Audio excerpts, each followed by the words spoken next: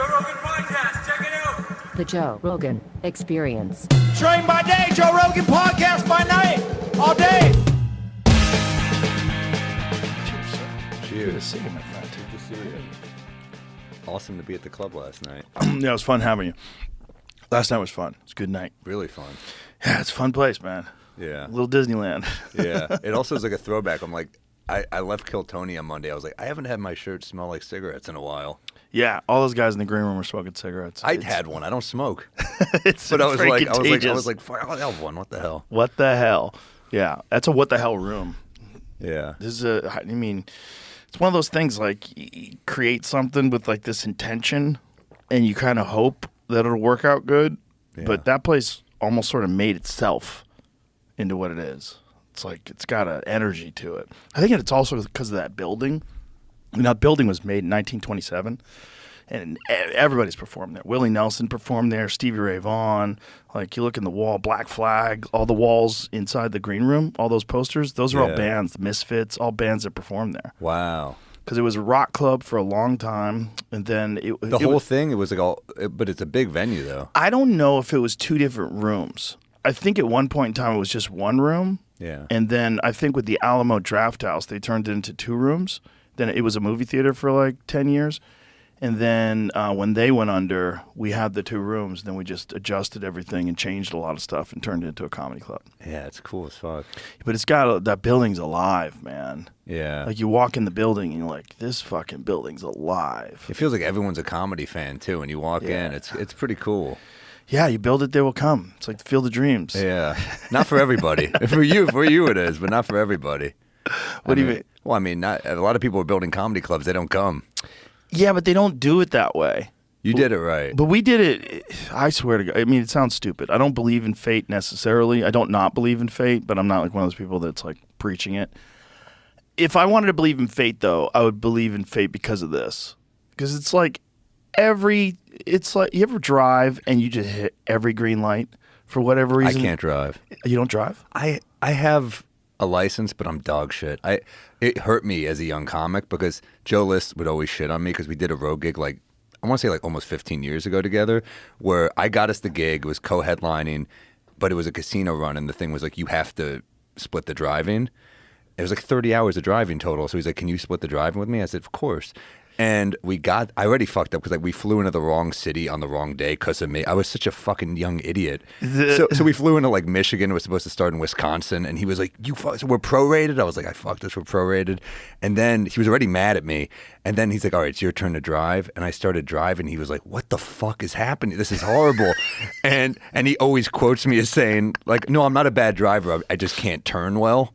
And he was like, yeah, that's a bad driver, you fucking idiot. So he tells this story about me all the time being like a city. He calls me a city hick. That's like he started calling me that. But I can't really. I have a license. I passed the test, but I'm dog shit. It's not that hard, though. I know I'm that bad. I don't know why I'm that bad at it. That's so weird. You're so smart. I would imagine you're smart to talk to. Oh, thank you. I'm a bad driver. You're good socially. Thank you, man. So I would imagine. You're easy to talk to. So I would imagine you'd fucking be able to negotiate the distances between vehicles and turn the wheel. I bullshit my way through a license. I failed 2 tests in New York. They were in the Bronx, and then I got a driver who I made her laugh out of the gate, and I was like, I'm in. Like I knew, I just said like, I suck at this. I failed 2. Please don't fail me. And she laughed, and I was like, I'm in. And I hit something, and she passed me.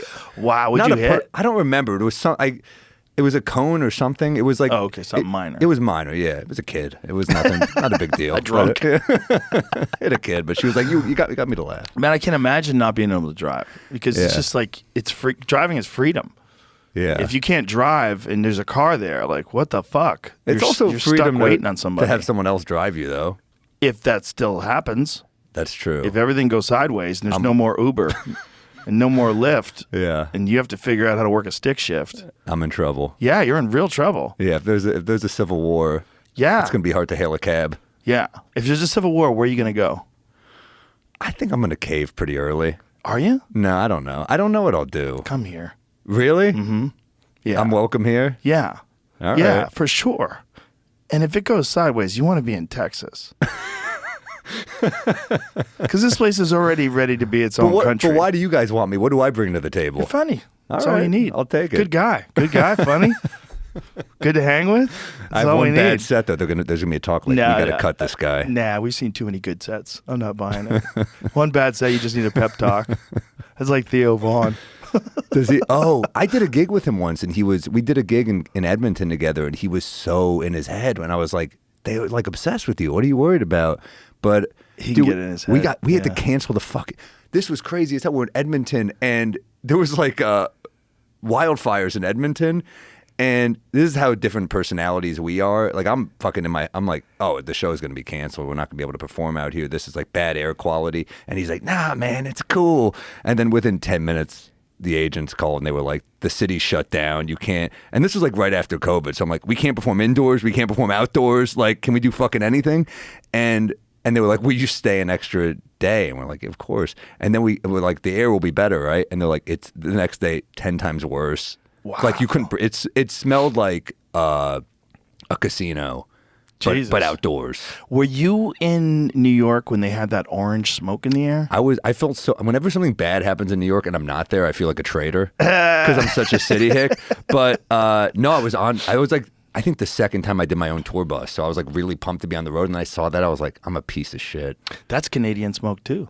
That was Canadian smoke. That was weird. The orange thing was weird. It's like end of the. There's a lot of end of the world shit happening lately. Yeah. Oh yeah, a lot. The orange thing was weird too because there was this great conspiracy because there was some missing chemicals. There was apparently missing chemicals, like serious amounts. Does it always have to be like a comic book? Yeah. You know, it's always so fucking creepy. Know. Well, the whole world is like basically some bizarre movie now. The Trump thing, the shooter, all the stuff that's coming out about the shooter now, the more you read about it, the more you're like, what is going like on? a BlackRock thing too, right? Yeah, he did a BlackRock commercial. They knew that there was a suspicious person 10 minutes before Trump went on stage. They still wouldn't let him go on stage. They saw him on the fucking roof, and they didn't engage. Yeah. They saw him on the roof with a rifle. It's a bad Secret engage. Service right there. They wouldn't put Secret Service agents on the roof because they said there was a slope to the roof. Right. And it would be dangerous. It's more dangerous if the ex-president gets shot. Bro, which he did. They let him get off. The kid got off 3 shots. And apparently there was one that we saw that hit his ear, and you see the bullet. Like, the photographer got a bullet I saw that. flying by his head. Yeah. But apparently there's another one of a bullet going by his left side of his head. So it went by the right side of his head, hit his ear, went by the left side of his head as well. Because the guy got off 3 shots. Yeah. And he just missed Trump every time. There's the one shot of him like turning his head, and I'm like, are you fucking kidding me? It was that close? Dude, it's so crazy. Yeah. It's so crazy. And the fact that they had such poor security guarding him, like they did such a terrible job. My uncle's convinced it's bullshit. My uncle's like, there's no way this is real. I don't think it's not real, but look, here's the deal. Okay, I'm not accusing anybody of anything. Just want to be real clear. Yeah. But they have organized assassinations before. Sure. And when they organize Usually starts a war. assassinations, it looks just like that. And when they organize assassinations, one of the things they like to do is have some fucking loser kill the president, and then they kill the fucking loser, and that's a wrap. This kid kind of like stops all the leads. Oh, Everything's like, where does he go? So they have his phone. They say they can't get into his phone. Bitch, I know you read my text messages. Yeah, So why is how it taking can you so long not to get break in that into this kid's shit? phone? How can you not get in that kid's phone? It's always shady, right? They always die instantly. Like Kennedy assassination too. Like a nightclub owner kills Lee Harvey Oswald. I'm supposed to believe there's a nightclub owner with a heart of gold out there. Runs right up and shoots him in front of cops. Yeah. What is this? The end of Shaft? What the fuck is going on? Shaft. No, it's like it's Superfly. ridiculous. That was the end of Superfly. The new Shaft ended like that too. The end of Yeah. Superfly. He tells him something stupid like that. It's cinematic as fuck. It all feels like a movie. Yeah, it seems like a bad movie from the 70s. Yeah. It's weird. That's how every 70s movie ended, by the way. A guy just gets shot in the face. Right, there's a lot of that. Every movie, you're just like, it's like a guy gets shot in the face and then the credits, and you're like, all right, I guess this is. The guy on the roof is just bananas. Yeah. That roof was 150 yards away. And if you're a good shot with a rifle, hitting a human being at 150 yards is quite easy. I don't know if his rifle had a scope. I'm assuming it had a scope. Someone Yeah. said he was using iron sights. Can you find out? But he wasn't like set up in advance. He just went up there, right? I mean, that's how they. He had a rangefinder. Okay, so the kid was walking around the whole perimeter of the area with a rangefinder, which is instantaneously, if you're Secret Service, you see someone with a rangefinder walking 150 yards from where the president is, you tackle that fucking guy. You don't let that guy get on a ladder. Yeah, this is your Super Bowl. What the fuck are you doing? He brought a ladder. The guy didn't just bring a rifle. He got through there with a rifle and a ladder. I don't know what kind of rifle it is. I don't know if it's kind of rifle where you could disassemble and reassemble like an assassin, like screw it together. Yeah. But whatever it is, all of it stinks. Every part of it stinks. And every person who talks about him, it's like the classic incel, like never spoke, never. This was an old bit of mine. I was like, that should be the reason. That should be, if you want a gun, you have to be a good conversationalist. You better be chatty, because that's like every person who does these shootings things or assassinations. It's like they're the quiet, creepy fucking dude. Yeah. It's very strange. The whole thing's very strange. There was also photos of him where he had long hair and wear lipstick and looked like a girl. I think that was bullshit, though. Yeah, I think that's was bullshit fake. too. But that's a problem. Like everything's bullshit now. Yeah. The commercials, the BlackRock commercial, and then there's some videos of him in high school talking about having a 10-inch penis. He looks like he's just having fun with his boys. There's a video of him saying he's a 10-inch penis. Yeah, but it's like he's joking around. You know, like I have a 10-inch penis. You know, like that kind of thing. Weird dude. I'm just a weird kid. Yeah. But how did he get in the BlackRock commercial? What happened after that? I don't know. I mean, if I was the CIA, let's not even say CIA. Let's say if I was some shadowy intelligence agency that did these, undercover operations that are a little sketchy, I'd like find kids like that. That's your moneymaker. That's how you do it. If you got a plan, you want to do something, you get some guy that's basically got nothing going on in life. And then, you mentor him, become friends with him. Maybe that guy's dad is an alcoholic who beats him. Maybe his mom is a fucking junkie. Who knows? Yeah. Maybe he's like, his life is terrible, and you can provide mentorship, and you can provide, just camaraderie, something like, wow, I wish I was a secret agent, and then you tell this kid, hey, you could help America. We can work you into the program. You could be one of us. So now you are saying conspiracy.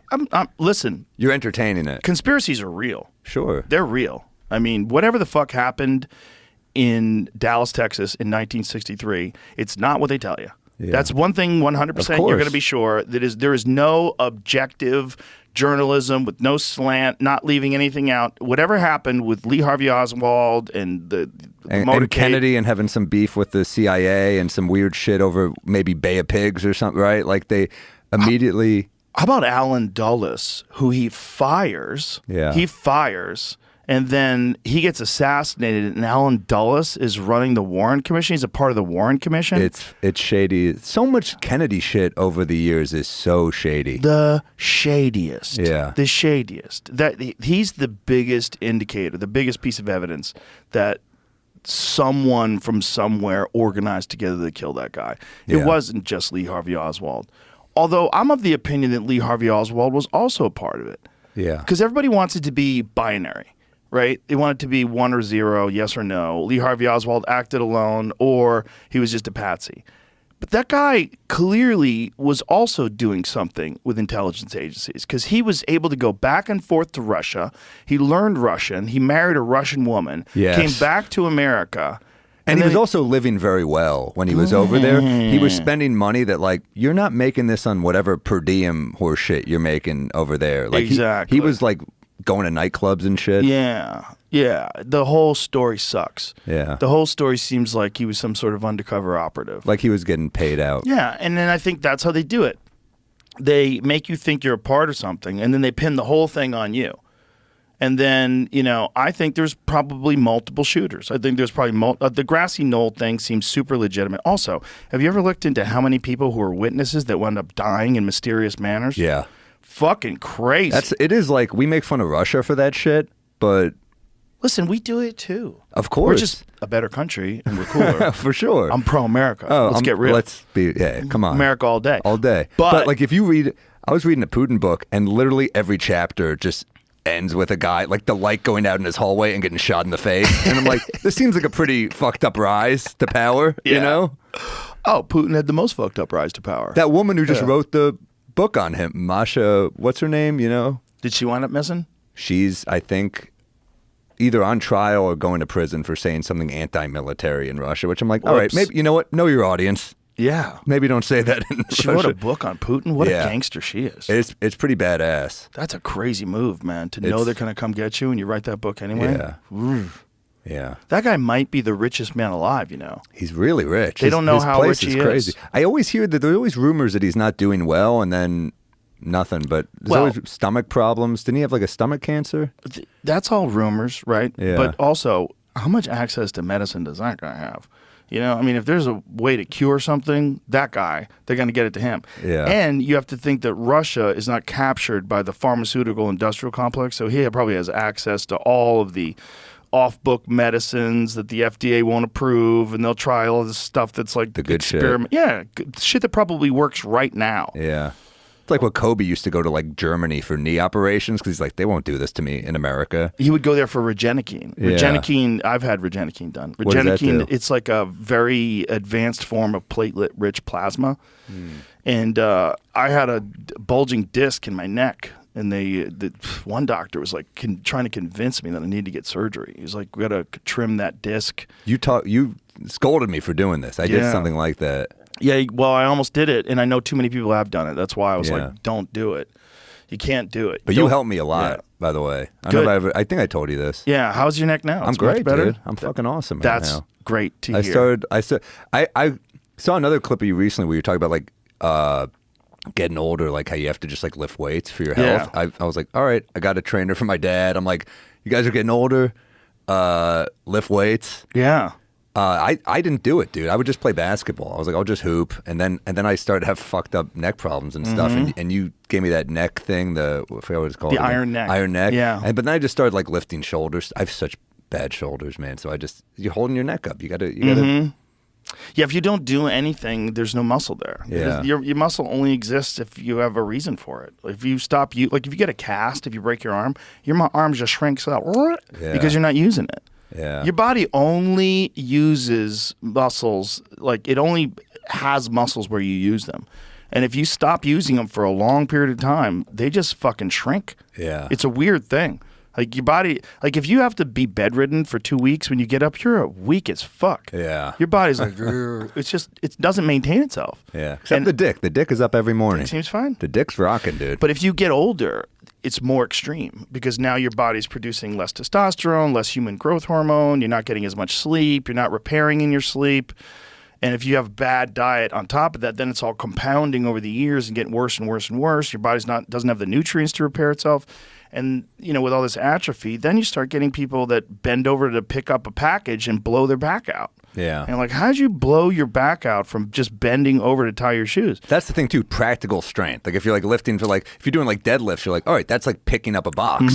This Yeah. makes sense as opposed to people that are just trying to look good. Like I don't give a fuck about that. I just Yeah. want to not pull shit. Yeah, you just want to not be old. And Yeah. you could do a lot of stuff with just like chin-ups and push-ups and bodyweight squats and Hindu squats and there's a bunch of different things that you could do that are but the most important thing is you got to do something. And it's not just walk around. And really even cardio is not enough because cardio you don't strain the muscles to make them strong.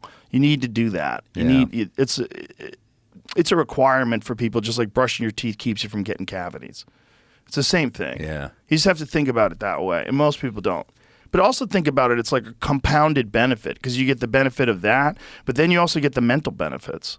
Like if I'm not feeling good, if I'm like a little out of it in my own head, a good solid workout, I get out of there, I'm like, everything's fine. Dude, I did it this morning. I was like, I didn't want to do it. I was hungover. I didn't want to fucking do it. But I just go light.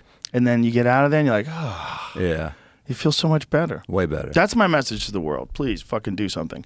I think we're designed for it. I think that's what kept us alive for hundreds of thousands of years before we had agriculture and we organized cities and we developed the stockpiles of food where you didn't have to work as hard. And then everything just shriveled away. I think everybody had to do physical things.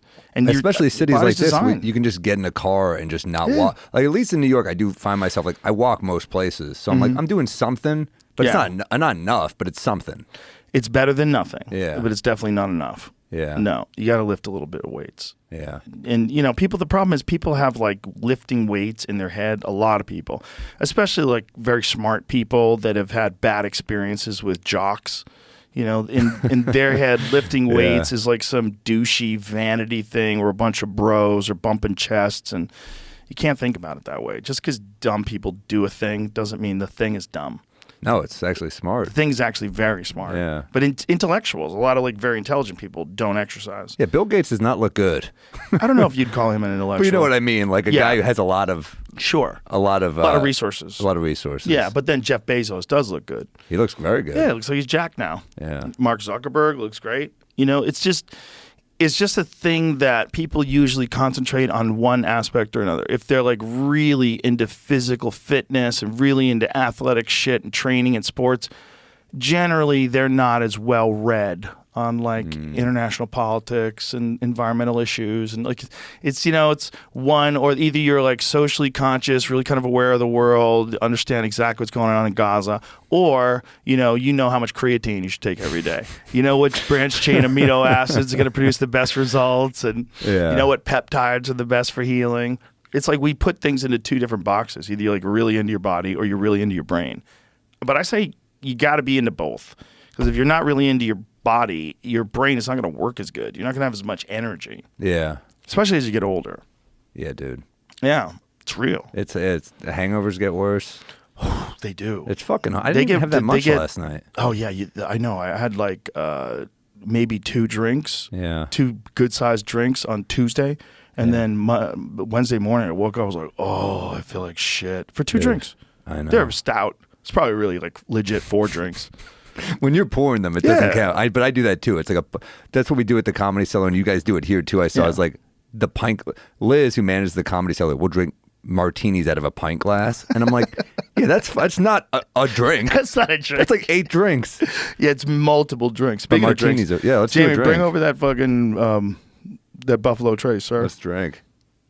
Yeah. Having a bar is interesting. Yeah. In what way? Just that it's too much access? I just go there and I see all these people just drinking. It's like, I have a bar. Like, what the fuck happened? I know. I have a bar. It's a cool bar. It's a great bar. Yeah. Lovely people working there too. And it's just such a great hang, especially because, you know, generally we're there mostly just with comics and wait staff. Thanks, sir. And you got to do that thing you were talking about yesterday about the, you know. Where's your glass? Oh, here we go. Let's go. Thanks, dude. Yeah, well, cheers to the fucking club being awesome, man. Cheers to you, brother. Thanks for being here. Thanks for having me. My pleasure. Yeah, having a bar is fun. It's really nice. It's nice. It's a good place to hang. What you don't have here is something I love about, and look, I'm a New Yorker till I die. I'll never move, but what I love about leaving a bar in the winter and just like the cold air hitting your face when you're shit faced, I'm like, oh, that's just like, it's like almost like getting slapped by the fucking earth. Yeah. I love it. And there's a few like bars where you just like you leave a dive and you just feel like fuck. I feel like It gets cold here in the winter. Surprisingly, yeah, it gets you. We've had how cold? It snows. Really? It snows every now and then. Yeah, it snowed real bad one year. Like the first year we moved here, and they closed everything down. It was hilarious. Nobody knew how to drive, and they don't have any plows, so they don't just do anything. They just like wait till it gets warm. Like this is the dumbest approach to snow management ever. Fuck. Yeah, so nobody knew how to drive, and you would see people in like Corvettes going sideways through intersections. It was just everyone sliding around. Fuck? Yeah, so every year it gets below 30. It gets in the 20s sometimes. Yeah. Trying to find this is the Jewish shit I'm gonna do. I might pop an antacid with this because I've been drinking coffee all morning. Does that help you? Yeah, ulcers and shit. Oh, you have ulcers? Ugh, dude. I just read something about that they think ulcers have to do with some sort of stomach bacteria now. Yeah. Well, this helps. Yeah. They used to think that it was like the lining of your stomach was getting eroded by stress, and now they think it has something to do. I think stress hurts it. Oh, it has I hate to sound like a Jewish stereotype. I think stress hurts everything. Yeah. I think stress hurts your immune system. It hurts the way you sleep, which fucks everything up too. It exacerbates everything. It just makes sense that things come up with stress. But I think they have some new theory about the creation of ulcers that's different. I think it has to do with microbiome. Yeah, I had to get put under, and they were like, they did the X-ray thing, and they're like, that's a fucking ulcer. That's a big ulcer. And I was like, all right. Damn. But so what do they tell you to do, like eat wise? Just didn't do. God, it sucks. They're like everything's bad. Basically, you're like can't like. I'm like, oh, how about coffee? It's like, yeah, you can't have coffee. I'm like, well, how about alcohol? It's also I have a drinking pod with Norman, so I'm like, well, I have to work. I have to go do my thing. And I'm like, and they're like, what do you mean work? I'm like, well, I drink on my podcast, and they're just like. What? They're just like, are you a fucking idiot? And I was like, yeah, no, can I have one? They're like, drink clear liquor. Like they're like, I'm bargaining with them that I can still drink. That's hilarious. And then, so then we did that, and but then, yeah, they're like, no acidic foods, no spicy foods. I'm like, this is like all my favorite shit. Like acidic food is the best food, and yeah, so I just had to chill for like 2 months with that. I was boring as fuck on the road. My friend Gary Veter tours with me, and he's so annoyed because he wants every meal to be like a fucking home run on the road. And I'm like, I'll get whatever you want, but I can't. He wants to like share stuff so we can try more things. Right. So he's just getting annoyed that I'm getting like plain ass food for 2 months. Oatmeal and chicken breasts. That's everything I was eating. Really? But you feel weirdly kind of good aside from this like stinging in your stomach. So You've has never it gone had away? one? No, never had one. Damn. Yeah, I'll get ulcers.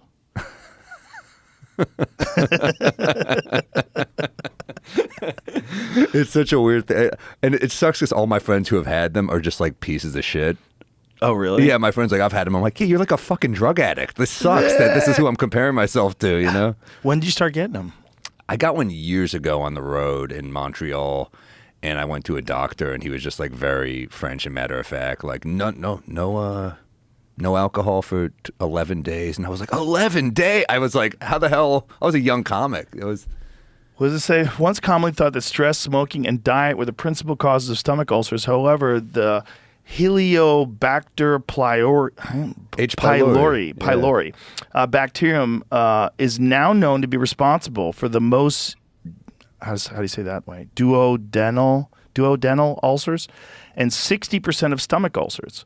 The H. pylori bacterium also prompts many symptoms of indigestion. Treatment for stomach ulcers includes the use of antibiotics to kill the infection and acid-suppressing drugs. Yeah, I take a Pepsid a lot. Also, people that eat a lot of like... Antibiotics. It's interesting because antibiotics kill all the good bacteria too. Yeah. So that probably compounds the problem.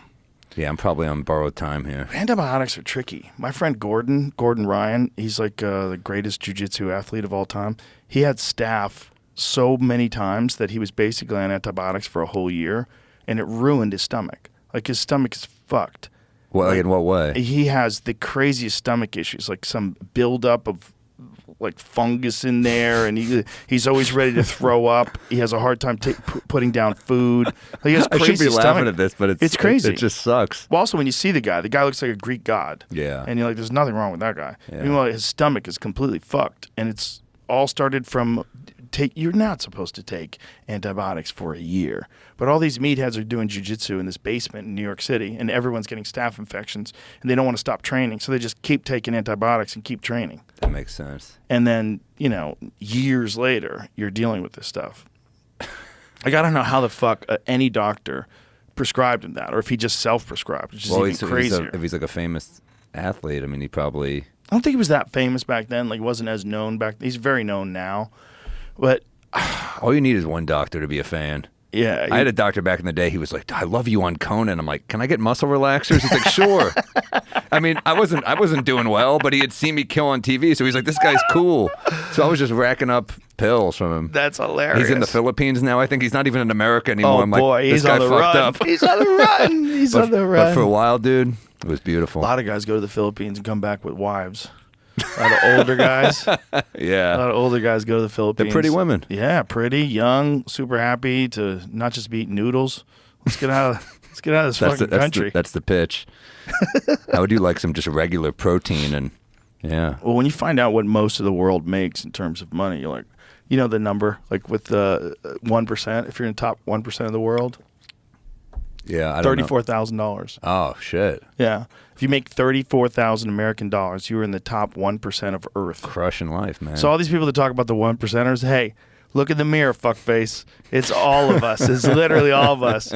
We're all ridiculous. We're talking about people in America, like this inequality of wealth. What about the world? Yeah. What about the whole thing? Also depends on the state you live in, though, because 34 in some states ain't getting you far. Oh, it's not getting you far in most. Yeah. In most states, it's not getting you far, I mean, it's certainly not getting you far in New York and L.A., but Yeah. just living Good thing I anywhere. make 35. Yeah, nice. Yeah, I dude. mean, people aren't walking over here Yeah. for no reason.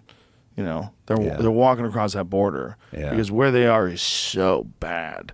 It's so bad you can't imagine it. Yeah. It's a good place. I love America. It's the best. I'm a big fan. I'm a big fan. I like even the cities I think I won't like. Like I did a bit of my new special about Springfield, Missouri, and all the feedback I was getting was like, man, it was so nice you talked about our city without shitting on it. And I was like, yeah, I had a great time. I will have a great time in any city for a night or two. Well, I think now in particular, because of the internet, there's more aware, cool, sort of in tune people everywhere. It used to be like back in the 80s when you would go do gigs on the road, like you're in the middle of bumfuck Ohio, like it could be a terrible gig. Yeah. They don't know what the fuck you're talking about, no references, everybody's dumb and drunk. It could be horrible. But somewhere in the 2000s, that really changed. Yeah. You start to see when you go on the road, kind of go to anywhere. And if they're finding about you online, and then they're finding out that your tickets are for sale online, then they go there. Like these people are tuned into the world. They just happen to live in Lexington, Kentucky. That's a great city. It's great. I love Great Lexington, place. dude. That place is fun. I've had some good times there. Or Fucking Louisville. The racetrack. I want to go to the Kentucky Have you been to Derby. Keeneland in Lexington, Kentucky? No. Oh, God. What's that? What's Keeneland? It's like their horse racing thing. You bet on the horses, and everyone is so well dressed, like seersucker suits. They're fucking. That was my opening line in the city. I said I was the only person there that didn't look like a villain in Django Unchained. They're all so well dressed with their mint julep and their drink, and I was like, I fucking love this. That is not to cool. mention like the bourbon in that town is so fun. You just get fucked up and you feel good. It's like a nice quality. You go to like a random pub there and you look at their bourbon menu and you're like, what the fuck? There's like a diner menu. That's funny. It's beautiful. Yeah. I like Kentucky. Kentucky's great. Underrated place.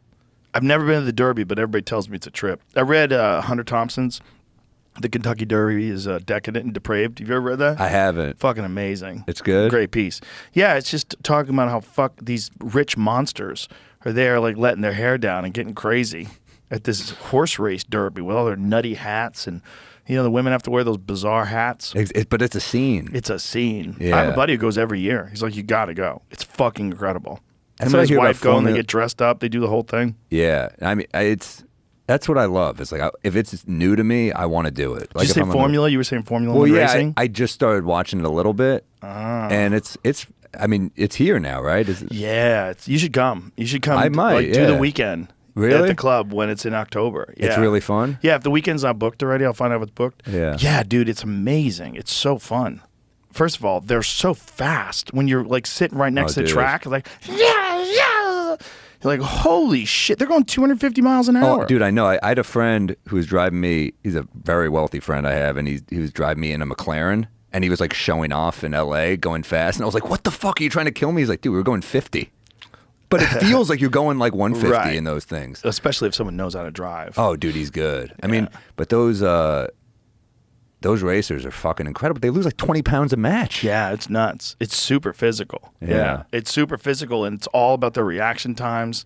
I mean, those guys, the G forces they're experiencing going around those turns, like they have to have like stiff necks. They have to have like stout necks just to Yeah. handle the forces. I respect it a lot. It's one of the things I didn't really get till I watched that documentary Senna on that Oh, racer. yeah. And then I was like, wow, this is like knowing the angles and knowing when to turn and just, it's all, any sport, if you're thinking, you fucking lose.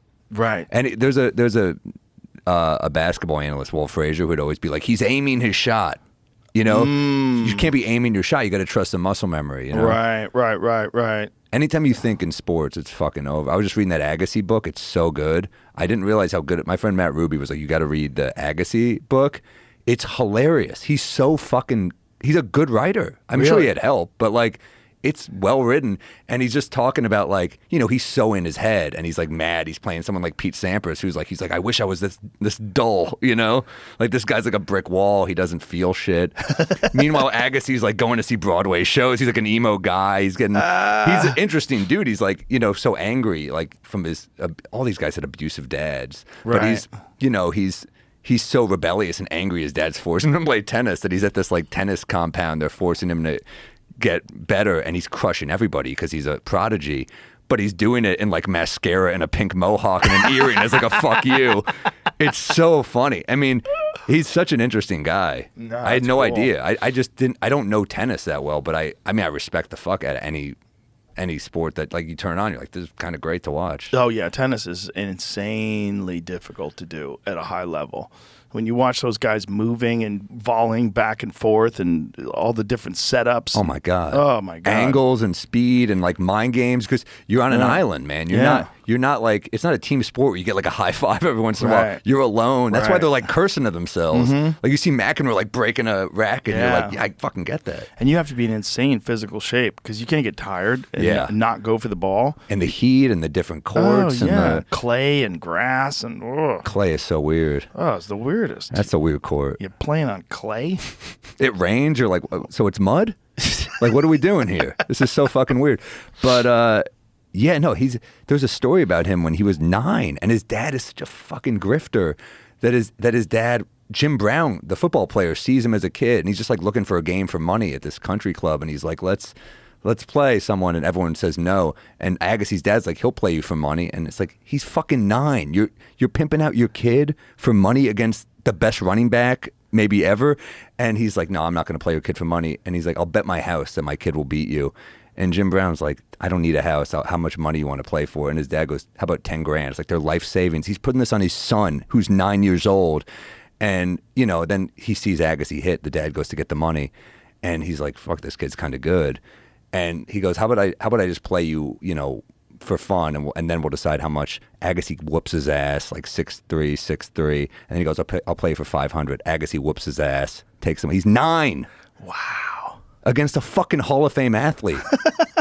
And his dad, it's like his dad did it. Imagine like you're thinking about your family's mortgage and your siblings and their future, and you're like, if I lose, we're fucked. Wow. Imagine doing that to a kid. Like, of course he's angry and broken. I don't know. We talked about Tiger Woods before, but I mean, any athlete who like is that good, they probably had it's like a porn star. You had a fucked up dad, basically. Yeah. If you get pushed that hard, if you get pushed that hard to be the best of the best as a child, that means you're missing everything else. If you want to be the best of the best, there's no way you're going to birthday parties. There's no way you're sitting at home and watching cartoons. Yeah. No, you're going to training in the morning. You're getting coaching. Weirdly, though, Hitler, good childhood.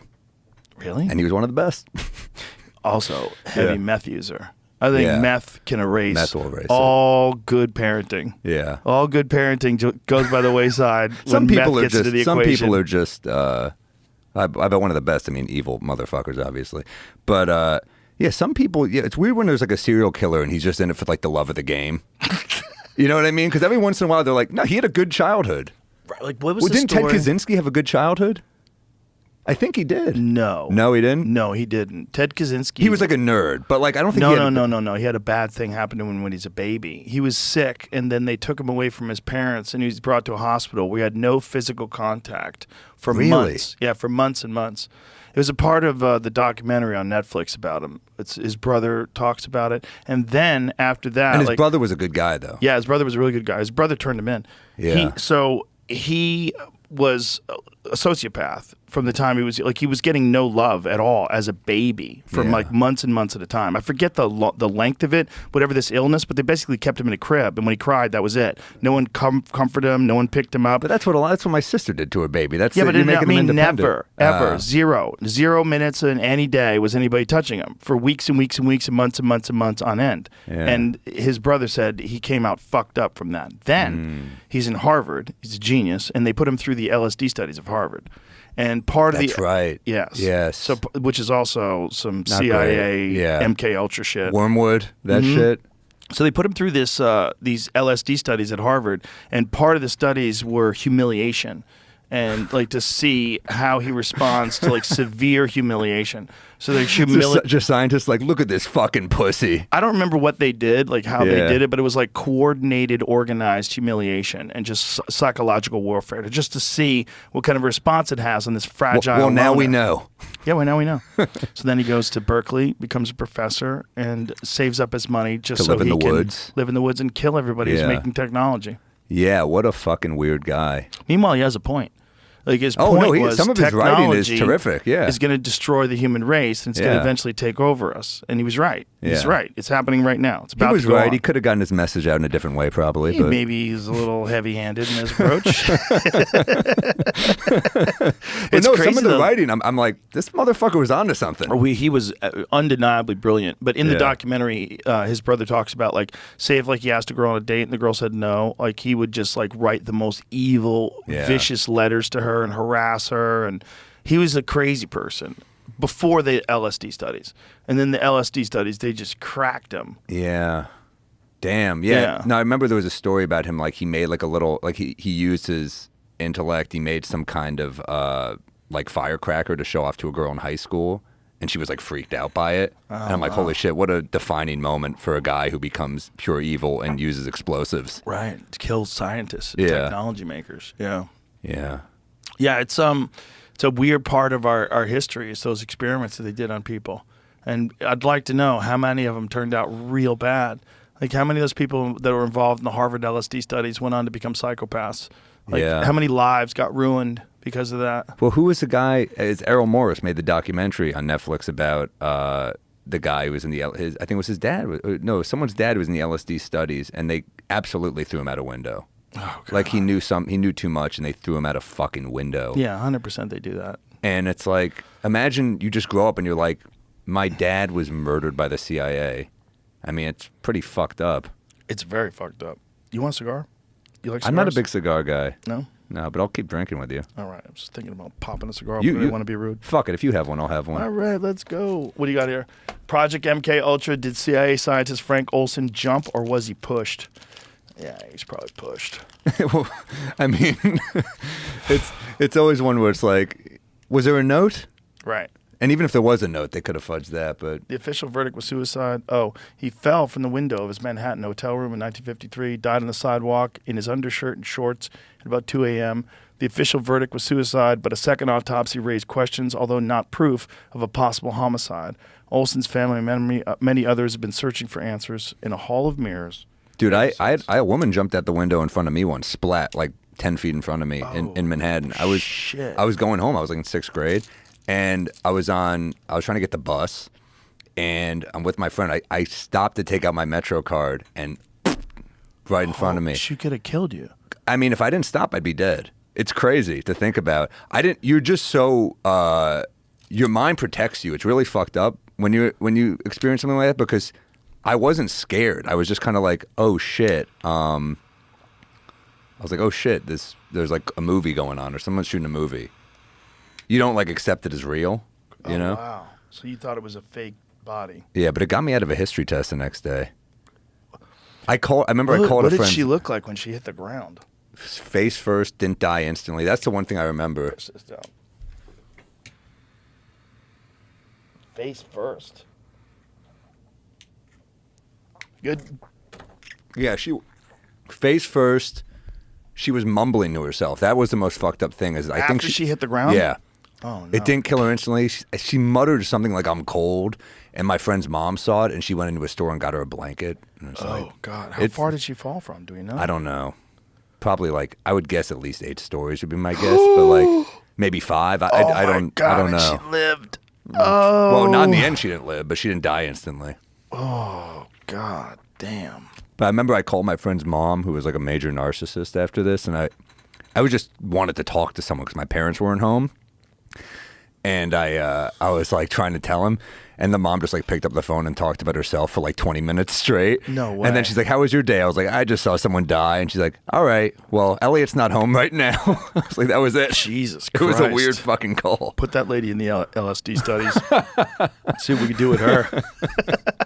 That should be a punishment. Well, I think It shouldn't be. Yeah, it we're should be. talking again about like this kid on the roof with Trump. Like that's the kind you find someone who's all fucked up from life, and you know, Can I do another with the whiskey too? sure, that's a very specific kind of person. You know, it's hard to make a total narcissist like your friend's mom, who you just tell them about someone jumping off of a fucking roof in front of you and almost killing you and splattering in front of you, and they Yeah. don't even care. That doesn't have I think anything she to do with just me. didn't know what to say. I don't think it was like malicious the way she's like, "Oh, I'm sorry." I don't think she meant bad by it. I think she just wasn't equipped to give me anything. Some people aren't equipped to have real conversations. They just know. talk. They just talk and talk at you. I know. Yeah. But if you find someone who's really fucked up, like if you were a part of a secret program, you would probably kind of want to be going to visit schools to see if you could find someone who's on the edge. Yeah. Recruit them. You know, get them, especially if you're planning on killing them anyway. Like this, they knew that if this kid was going to go on the roof and shoot the president, they could talk him into going on the roof. Let's assume, not even this scenario, because let's not be crazy. Let's just say if you wanted to set up a scenario, we're going to have someone assassinate the president. You get some guy whose life is a fucking complete and total disaster. You either hypnotize him or you mentor him, you give him psychiatric drugs, you do a bunch of things, you get him to do it, and you know that once he gets on top of that roof and shoots the president, everyone's going to shoot him. And it's nice and clean. They never let those guys live. My question is, though, how? Of course, but my question is, do you want him actually to kill Trump in this scenario? Yeah, they definitely wanted him to kill Yeah. Trump. There was But also who's an they? Iranian. But don't you think? I find it a little irresponsible. Is this his gun? No. I was willing to let you guys keep talking. I'm sorry I interrupted, but I can't find a picture of the gun. I'm so put off when people like, you know, Lauren Boebert and shit were like being like, Biden hired him to do this, and you're like, stop trying to pour gas on the fire. Yeah, like how do you know? We are so fucking lucky he's not dead. So lucky. The country, like, I believe in I part of being maybe an entertainer is like, I get to see a unified crowd. That's part of the beauty of being able to tour as a comic is like, I get to see a room of people laughing together, and I always hate when comics are like going out of their way to divide a room. Yeah. And I feel the same way, I mean, more so even about politicians who I'm like, why are you aiming for chaos? Like, you really can kind of unite people if you give a good speech. Of course. You really can. Like, you really can Sure. inspire people and unite people with the right words. Yeah. And the right real feeling behind it where it really resonates with people. And they go, well, you know what? He's right. He's right. We should do it differently. We should relax a little, get our shit together. Which is really funny when after the assassination attempt, Biden is like, we have to put aside our differences. Like, you No were just shit. saying he was Hitler. I know, but also they're making a big deal that Biden called Trump and that he was like, "There's no place for this." I'm like, murder? Yeah. Yeah. We shouldn't be. There should not be place for assassinating people. There also should be no place for you using so much hyperbolic statements that you're saying that your opponent, if they win, it's the death of democracy. Because they kept saying that over and over Both again. He's sides going to do be a that. dictator. Yeah, they all do that. Both sides He's do going to that. be a dictator. He's going to be a tyrant. It's the death of democracy. He's going to put people in camps. It Like- all started when we started comparing every politician to Hitler because it gave us nowhere to go. Right. Here's the problem: like every cable news show, they thrive the way politicians are trying to thrive now. It's like chaos. It's like you are poisoning every audience member who watches Yeah. this shit. Cable Yeah. news is literally they're pouring poison down your throat. And the way they're set up, they kind of have to do that because otherwise they're not going to survive. They were when Trump was out of office, they were dipping like a motherfucker. A huge dip. Huge dip. Huge dip. Yeah. Because he was giving them content. Yeah. The fear content. Yeah. Yeah, it's not a good time for being informed. It's a very confusing time in terms of like understanding exactly what's going on in the world. Yeah. It's real weird. Yeah. It's just real weird. You don't know what the fuck is happening. There's no official reports of things, and there's so many different things that are popping off. There's so much going on in Ukraine and in Israel, and it's like, Yeah. what's going on in America? And somebody just tried to kill the president, and like you see how I couldn't believe that shit. I was like, this can't be fucking. When did the world turn into the World Wrestling Federation? Yeah, I was in Italy. All of it. I was in Italy when it was going on. With the Trump Cop thing? went Yeah. on the roof. Yeah, cop went on the roof. He pointed a gun at the cop, and the cop jumped off the roof. That's fucking crazy. You never see that in like an Eastwood movie. Yeah, the cop the was cop like, "I'm jumping getting up out and of going, here." "Fuck this It says shit." he Yeah. fired 8 times at Yeah. Trump. Really? This then also says his father reported it missing later that With his night. rifle. Yeah, the father made a phone Did call. he give him so I know it was the dad's or gun. took We don't. it. Do they know if it was a gift or if it was he borrowed it or stole it? That's It says the the son missing along with his rifle, so that was his It was son's stolen rifle. then. No, it says, well, it's hard to say what he's saying there because it could be saying the son was missing with his rifle, but it could be saying the son was missing with his son's rifle. See how it says it? Crook's father reports his son missing along with his rifle. Like that could either be interpreted as Crook's father's rifle or the kid's rifle. Right? Am I wrong? No, yeah, you're right. Yeah. There were over a dozen firearms found in the Crook's household. So there was a lot of guns in the house. How would you like to have that be your fucking kid? Oh, my God. They use DNA to identify him. Well, you could use a photo. I saw his face. Yeah. But no, they said that FBI used DNA to figure it out. Oh, and they're to not make sure it's they're him? not giving date or any explanation on exactly how they did that. And people were like thinking How they ran a DNA test? They might have used like DNA.com or Ancestry.com or something like that. Oh, they to definitely probably cross-reference. use those fucking things. All those databases, we're all compromised. I shouldn't have done it. I shouldn't have done it too. You did it too? Yeah, I did it. Why'd we do it? Well, a because girl, I a was drunk girl in a bar interested. convinced me to do it, and I was like, "Yeah, what?" I was hammered. I was like, "Yeah, I want to know how fucking Ashkenazi Jew I am. Like, Yeah. who gives a shit?" I know, right? Like, clearly, I have some Turkish in me with these eyebrows. I know what I am, basically. But she was like, "No, you need to know," and she did it like on the spot in a bar. She ordered it for me, and then I was like, Oh, wow. "I'm a fucking idiot." Well, you gave away all your DNA to China, and now they Yeah. can make a bioweapon that specifically targets you. That's a new thing that they can do now. How does that work? Well, certain people have certain genetic, people are different, right? Like there's certain people where certain genes impact them differently. Like, for instance, the reason why some black people get sickle cell anemia is because their family has a history, their ancestors have a history of protection against malaria. So because they've survived malaria, somehow or another, that gene manifests itself in sickle cell anemia, right? And then, like, people from certain parts of the world have genes that are more associated with alcoholism, or have genes that are more associated with certain, like, so if they could find like a particular vulnerability that you may have, or that certain races may have, even, you can create a bioweapon specifically, and this is all theoretical, of course, but specifically to target an individual person. But don't they kind of already know if that's your tendency, what race you are? Like, I don't know. I mean, I think it's probably really, like, some people think they're one thing and they find out they're not. Like Elizabeth Warren. They do a Woody Allen film festival in New York and just nuke it, and I'm like, fuck. I walked right into that one.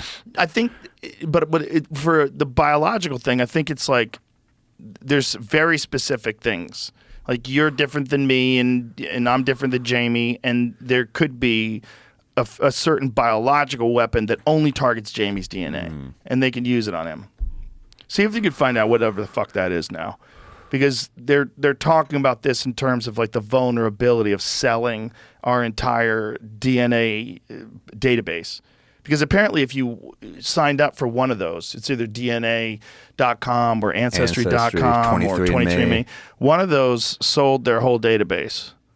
Yeah. And I think, by the way, do you get the alerts where they're like, "We found another family member for you"? I'm like, Yeah, I'm good. I'm good. We're tapped out here. I'm busy. Yeah. I'm about to change my number anyway. I'm in a blended family as is. I have step siblings. I'm like, let's cap it here. Yeah, Let's. that's enough of bringing strangers into your life. But they tell you, what's funny is they tell you like random shit on those sites where they're like, "You prefer salty to sweet," and I'm like, holy shit, that is true. Yeah. But then sometimes you feel like you're talking to a chick who just knows your astrological sign, and I'm just dumb, and I'm like, yeah, I guess I am. But there's certain I guess things I am like cheerful. the taste of cilantro. Some people, it tastes like soap. Do you like it or not? I like it. Me yeah. too. Yeah. Some people don't like. What does it say, Jim? Potentially hypothetical, but this is what people inside the government have said about Okay. it. That's what it is, where you can actually take someone's DNA, their medical profile, and you could target a biological weapon that will kill that person or take them off the battlefield and make them inoperable. You can't have a discussion about this without talking about the privacy and commercial data and the protection of commercial data, because expectations of privacy have degraded over the last 20 years. People will rapidly spit into a cup and send it to 23andMe and get really interesting data about their background. And guess what? Their DNA is now owned by a private company. It can be sold off with very little intellectual property protection or privacy protection, and we don't have legal and regulatory regimes that deal with that. The data is actually going to be procured and collected by our adversaries for the development of these systems. That's what I'm talking about. Oh, cool. We're all fucking stupid. This is flat out Alex Jones stuff. Like, if you'd heard this 5 years ago, like, Alex, relax. Yeah. They're finding your own personal DNA, and they're developing weapons specifically designed to target you. I'll say for myself, they don't need to do much research. You could take me out pretty fucking easy. I think it's just to know that they have them for everybody. Anybody that might be a bit It's of a creepy as problem. fuck. Oh, it's very creepy. Even just like the Cambridge Analytica stuff, just the stuff they have on you. You're like, yeah, this is like not good. It's I don't just like the tip of the iceberg. Yeah, but then I also think of it in like terms of podcasts, where like if we log this many hours, we're not going to get canceled because there's too much shit to pull from. Right. So I look at it the same way. I'm like, if you have this much of everybody, maybe we're all okay. Well, think about podcasts. If we've said awful shit, we have said awful shit in these little clips, but we've also said not awful shit. Way more. Thousands and thousands of hours, and Yeah. we're comedians. Yeah. So people go, yeah, but what was the whole conversation like? Why did Shane say that? Why Yeah. did Joe say that? Or why did they say that? Well, it's because people why now get Why it. did Shane call me a dirty Jew? Because the Knicks beat the Sixers. That's why. Suck it, Shane. Sorry, dude. Go Knicks.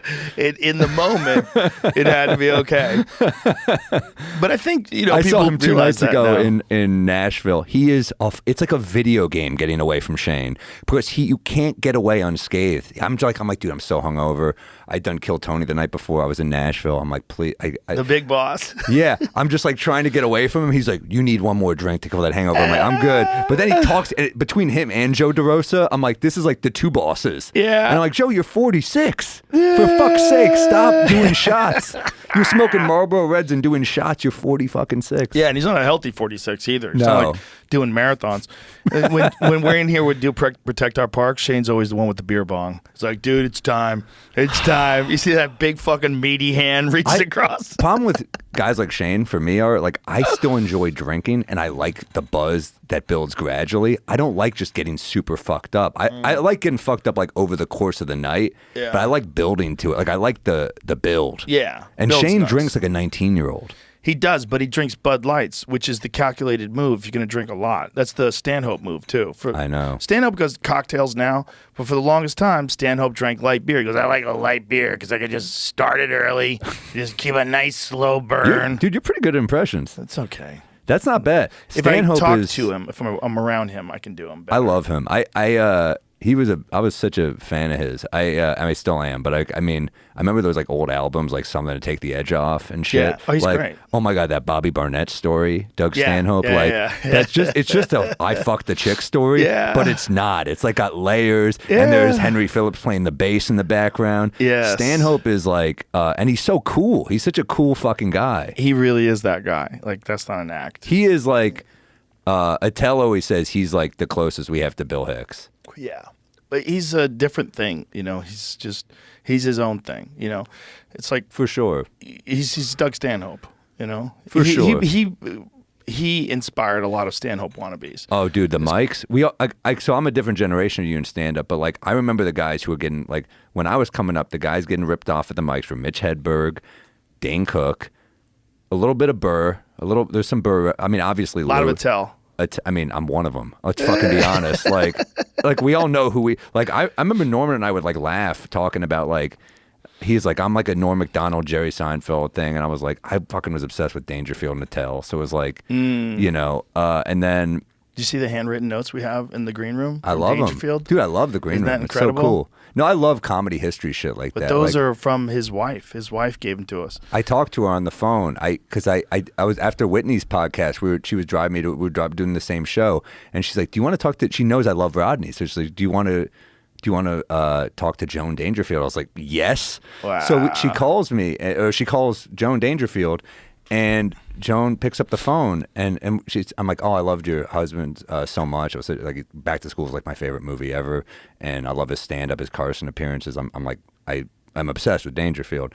And she's like, "You want to hear a Dangerfield joke no one's ever heard?" And I said, "Yeah." When he was going under for a big operation, he was like, "Fuck, I might not make it. And if I don't have my mind, I don't want to be alive. Like, it's all I have. I'm a comic."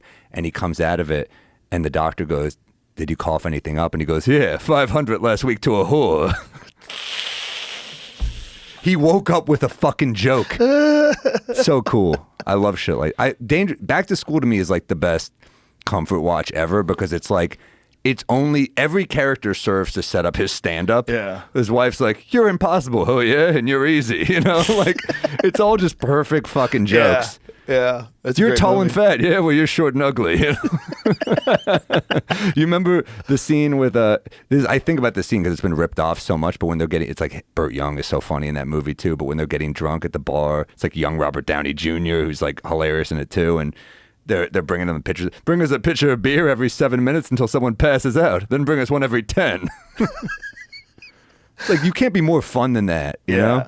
No, he was great. I saw him live when I was a security guard. Whoa, where? I was a security guard at Great Woods. No shit. Great Woods is it's a concert place in Mansfield, Massachusetts, and I was working security there. And I was 19 years old, and I got to see a lot of people there. I got to see Bill Cosby there. Wow. I saw. Bet that was a good show. It was a good show. Yeah. I saw Bon Jovi there. Nice. I was barely paying attention to Bill Cosby because I was trying to pick up this girl. I was doing a lot of chatting. I missed a lot of the comedy part. But this is before I decided I was going to be a comedian. So I only kind Good of. for you having to work to pick up a woman at a Cosby show. Yeah. Set a good I didn't even example think for of the that. future. Yeah. But so I was backstage, like there was like this back area, and Rodney was back there, and Rodney was wearing a bathrobe. He had nothing on but a balls. bathrobe, just naked in a bathrobe with slippers, and he goes on stage like that. That's how he'd go on stage. He'd go on stage balls ass naked with a bathrobe on and slippers. And just murder. So he went through this phase of his career towards the end where he would go on stage in a bathrobe. And he's just balls naked with a bathrobe on. It's so weird. And he would be backstage hanging out with people. His balls would be hanging out. And he didn't even care. Apparently he had this giant dick and these huge balls. And they'd just be hanging out. And Rodney would just be smoking joints and hanging out backstage with everybody. Once you're 80 plus, it's like kind of adorable. 80 plus and super wealthy and famous, and he's doing this enormous theater. It's like this place where Bon Jovi does, in Mansfield, Massachusetts. It's huge performing arts place. He was the best, man. My mom got me a DVD set of his for my birthday when I was a kid, and it was like, I loved it. It was like, Yeah, look, see? oh my God. See, he would hang out with, he's got a fucking sock over his dick. And he's just got the serious face. It's Yeah. perfect. Oh, dude, look at the back to school robe too. It's Yeah. fucking perfect. Dude, the score for that movie too, Danny Elfman, like dun dun dun dun dun dun. Yeah. dun. It's so cheerful. Yeah. But he on the DVD set it's kind of sad. There's a set when he's really old and he's in Vegas. And they're not good. The crowd's not good. He's kind of struggling. But there's a moment where he just is like, fuck it, and just rattles off like so many in a row, so many great one-liners. And they start to pick up and they start giving an applause break and he just pauses. He goes, I know a lot of good fucking jokes. It's such a triumphant moment. You're like 80 years old. He's just like, fuck you. I'm still a pro. I met him at the Laugh Factory, like many, many years later after I'd seen him when I was a security guard. I was just moved to Hollywood, like 94, and he was there, and he was still doing like a little bit of stand-up, and he showed up, and I met him there with his wife. I don't know if it's the same wife. He was always moving around. But he was, it was interesting just to see him. It was just weird. Was he cool? Yeah, he was rough around. Like, hey, what do you know? It was like He used to get real fucked cool up at with the comic everybody. strip Yeah? because his club, Dangerfield in the city, they'd be like, why are you always doing drugs here? He's like, what am I going to do, drugs at my club? It's like, fuck you, I'm doing drugs here. But, I never really played Dangerfields. It was like a bad club by the time I came around. It was a bad club when I played it. I Yeah. loved it. I used to. I guess it might have just Dangerfield. always been a bad club. It was always a bad club. It was a good club when he did the Young Comedian special from there. When he did Rodney's Young Comedian special, Those were great. amazing. Dude, I remember the lineup. Dude, it's like Robert Schimmel, Kinnison. Bill Hicks. Yeah, dude. Lenny Clark. Yeah. Bill Hicks had a set on there that I was like, this Phenomenal. is fucking epic. Yeah. Robert Schimmel, I still remember the joke he opened with because it's such a good fucking joke where he opens with this joke. He goes, I heard a guy got arrested for animal necrophilia. How do you plead for that? I'm sorry, Your Honor. I thought the cat was alive while I was fucking it. That's to open with a fucking a dead cat joke and Yeah. crush. No, he was a beast. I love Robert Schimmel's stuff. Yeah, Robert Schimmel was amazing. He was amazing. Those old comedian specials really got me into comedy. Those were like really. Oh yeah, man. They were the way you found out about like Rick Dukeman. That's the way you found out don't about remember people. him. Oh, he was hilarious. Yeah, he was an LA guy that for whatever reason it never made it. But he was funny on the Young Comedian special. I was like, man, this guy's good. I remember those lineups. They were just fucking beasts. Like they were all killers. They were good comics Yeah. in there. Fucking Dice coming out with the smoke. Yeah, it was cool Bob as hell. Nelson with the football helmet I on. remember that shit. Yeah. Dom Herrera. Oh, I love him. Jerry dude. Seinfeld. So many comics came out of those young comedian specials. It's like Rodney was the gatekeeper. He really cared about comedy, and he really wanted like young comics You're to doing get ahead. that, dude. Yeah, I learned a lot of it from him. That's one of the reasons why, like, having his handwritten notes on the wall of the green room means a lot to me, because I kind of think about it the same way. I know about so many comedians because Rodney Dangerfield was generous, and he wanted people to know about great comics. He didn't feel threatened by them. He wanted them to do well. Dude, I still remember his intro for Bill Hicks on that special where he goes, "This next comic, he's so far ahead of his time, his parents haven't even met yet. Give it up for Bill Hicks." I'm like, dude, you found jokes in the intros? Yeah. That's how good he was. And No, it's accurate. But you're also like, you created this place. I'm like, it must feel cool to see these young comics like finding themselves. It's like fucking cool. Yeah, it is cool. It's real cool. I enjoy it. I mean, it's selfish too. You build a good culture. It is so similar to sports where like you see, there can be a talented rookie, but he's on a team with no good vets. And he ain't going to be good, Right? Because you need someone to guide you. I was very fortunate that I had good comics looking out for me when I was a young comic, and the culture in New York is also strong. I mean, like, Colin Quinn and Dave Attell when I was young were like very like, oh, this is how you be a comedian. Yeah. You keep turning over new shit, and you keep like I'm on the early shows a lot at the Comedy Cellar, and I'm usually like following either Colin or Jim Norton, and they're so prolific, like. They're just always taking chances. They don't give a fuck. And they give a fuck, but they don't give a fuck in the right way. Where they're like, if this doesn't work, I'm going to make it work. And like, they're doing, like, Jim's new shit is so interesting. It's so good. I mean, but it's all like veteran leadership, and it all bleeds down to like, Yes. and then we want to do that for the next generation. Like, I'm excited when I see funny young comics. Yeah. Yeah, me too. There's young comics at the Cellar, like Maddie Weiner is a fucking killer. Like, she's a young comic who's, there's like Ethan Simmons Patterson, Daniel Simonson. They're like young fucking killers at the Cellar. And you're like, oh, fuck. I used to be the guy who would go up and kill. And now I'm like, fuck, I got to turn over jokes. And then they're going to become like, it's all good for the culture, It is. It's good for the culture, and it's good for us. It's good for you selfishly to be generous, because those people that are coming up, the better they do, the more it's going to fuel you, and you're going to do better. It's good for everybody. And it's you're right important. about like having like a culture of top comedians. It keeps everybody strong, and that's the club. I mean, like last night we're hanging out with Ron White. There's fucking Brian Simpson. I've never met Tony him. I'm a Hinchcliffe. fan. Oh, he's the best. He's I'm such a nice guy. He was very nice. He made fun of me for being a Knicks fan, but other than that, he was pretty cool. That kid Ari Matty from Estonia opened up. He's I talked to fucking him for killer. a while. Yeah, we chat for a Fucking bit. killer, super smart. Yeah. And he's one of these young, hungry dogs that's coming up. And there's a gang of them at that club. And there's people moving there from all over the place, like Tyler Fisher and all these other people that have Tony moved here. Casillas. Yeah, Tony Casillas. He opened for me at Hyenas the weekend I got banned there. That's where we met. You got banned? I've been banned from a couple clubs. I don't What get did it. you do? My act.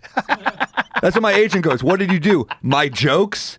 No, they were starting the show like an hour late every night. And it's like when you have a 10:30 show and you're starting at 11:30, I'm kind of like, guys, come on, fucking turn it around. And then they were doing like blowjob shots on stage. They bring people from the crowd. I'm like, dude, you're just fucking, please just bring me on. It's like I'm going on to 12:30 every night. Who's doing the blowjob shots? The club did that. So they're like, so they're just trying to encourage people to drink? Yeah, which I'm fine with. I want the club to make money. I'll drink on stage and be like, fucking have a drink with me. Right. I'll even do a shot with the crowd sometimes. I don't give a shit. But like, you gotta stop delaying the show so much with nonsense. And then I remember I made fun of the logo, the Hyenas logo, just like fucking having fun with it. And he came in my room. He goes, "We're a fucking family business." And I was like, I made fun of a hyena. What am I doing to your family? I don't know. It was a hyena in a tux. And then like 2 weeks later, someone sent me, they changed the logo. But I remember Tony was like, we had fun. We were laughing a lot. So how did that get you banned? I made fun of the club and shit on stage. I was like joking. I was like, blowjob shots starting out. I'm like joking around. I'm not being like harsh, but like I'm fucking around. And he was like, he emailed my agent at the time and he was like, if you don't drop Sam as a client, I will never book one of your clients again. And like, I wasn't a huge act. And he and he said, and he said, if you 3 clubs you own too, so it's like I'm like, oh, so now you're putting me in a position where I'm an asshole. So my agent called me like, what did you do? And I was like, nothing, fucking. And then she was like not as supportive as she should have been to me. She should have been like, fuck you, like he's doing his jokes, but. She was like, "This is what you do," because I did something at the same thing at the Syracuse Funny Bone where she was what like, happened with this? How did it resolve? It didn't. I was just like, I'm not going to write him an apology. I'll apologize if I do something wrong happily. I'm not like, I don't have an ego in that way where like, if I fuck up, I'll totally be like, hey, I'm really sorry. But did they have anything specific that they were saying to your agent? I disrespected the club. Am I making fun of the hyena It's like you do blowjob shots, dude. What are you fucking talking about disrespecting your club? Disrespecting our sacred institution. It always... Egos. What I like about your club is like, I always find as a young comic, you don't get the love you deserve at your home club usually. Right. Because they see you as like a door guy or like... Right, that's where you started. But... I think you do raise people up there, which I don't think is normal. I think like New York Comedy Club in New York does that a little bit, where they like kind of develop young guys, which I think is good. But I do think it's like Comic Strip is where I started, dude. They didn't really build. I still have love for the club, but they didn't really build us up. They kind of like took pleasure in keeping us down a little bit. Yeah, they would do like lottery shows to us. They recorded me one fucking week. They were like, you want to audition for the main spots, you got to be on like an America's Got Talent type show. And I'm like, you're fucked. By the way, just auditioning for the late night back then, I remember I auditioned. So you do a lottery. It's like over 100 comics, which sounds like nothing now, but in that day it was like, Yeah. And I remember I auditioned. I draw 6 out of 6. So you're going on after the regular show. It's like an 8 o'clock show. The next show starts at 10:30, same crowd. And I draw 6 out of 6. I'm like, fuck, I'm going on at like 11. They're going to be tired. I hope these comics don't suck, so they walk the crowd. And the guy who goes on before me has a fucking nervous breakdown on stage. So I'm not making this up. On stage, he goes, I'm fucking bad at this. Oh my God, I'm fucking bombing. And I watched him walk 70 out of the 80 people for my audition. And I'm like, I got to go on for 10 people now. This is crazy. And I just went on, and like the owner walked up to me and he's like, I mean, like the bar was low at that point. And he's like, you didn't walk the last 10. Good job. But he was like, you didn't panic. So like, I'll put you on for late night. So that was like, but then for the regular spots, they were like, you gotta, they fuck with you. My point is like your club, like I feel like, and some of the fucking with is good. It is good because it makes you like, how bad do you want this shit? Right. Yeah. But so I think to a certain point, the hazing can be good, but also like it's a new generation. It's different. The hazing is probably good because it weeds out the people that aren't going to have the gumption to push forward and get through bad sets and get through all kinds of. And I used to tell comics all the time, be nice to club owners because you don't want to be one of them. I would always say that, and then I want to become one. But I always said that because like they're different than us. We need them. Mm-hmm. That we're not going to go do that. We're not going to go open up a fucking club. So you need these people. So it's just like there's an adversarial relationship. Like you feel like they're fucking you on the money, or they're lying about it being sold out, or whatever it is, where you're not getting what you deserve, or but they're that's not in paying the you as beginning much. usually. In the beginning, yeah. Once you become undeniable, then they have to pay you, right? But the thing is, it's like there's a separation between the people that do it and the business. And that's where all the friction comes from. In my club, there's no separation from the people that do it in the business because the people that do it own it. And it's all of ours. Like the way I refer to it, I don't refer to it as my club. I refer to it as our club. This is our club. That's cool. This club is set up for comedians. It was never set up to make any money. Yeah. The whole concept about it was I just want to make something where I don't lose money. I just want to break even. If I break even, I'll be super happy. It's not a money-making venture at all. So the money structure, the money structure is different. The comedians get most of the money, and there's plenty of money for the bar, and there's plenty of money for the wait staff. There's plenty of money for everybody. It's just you can't be greedy. And in most environments, the club makes most of the money, and the comedians don't until a certain level. Yeah, and then they can get the door, like big comics, big names, where they sell out anywhere, and it's like a good thing to have them at your club. Yeah. And then clubs make a deal, but they're still making money. They're just not making an insane amount of money. Yeah. But my point was, the comedians do all of the fucking work. If it wasn't, we're selling the comedians. We're selling drinks to see the comedians. But I don't think that's the normal mindset. Like, I can't tell how often I be at a club and I hear the drink shake and I'm like, I'm here to move drinks. Yeah. You know what I mean? That's the business part. That's because the people that own that business aren't comedians. But it's funny that that's the best way to make a business, is to make a business where you just do it the best way to express the art form.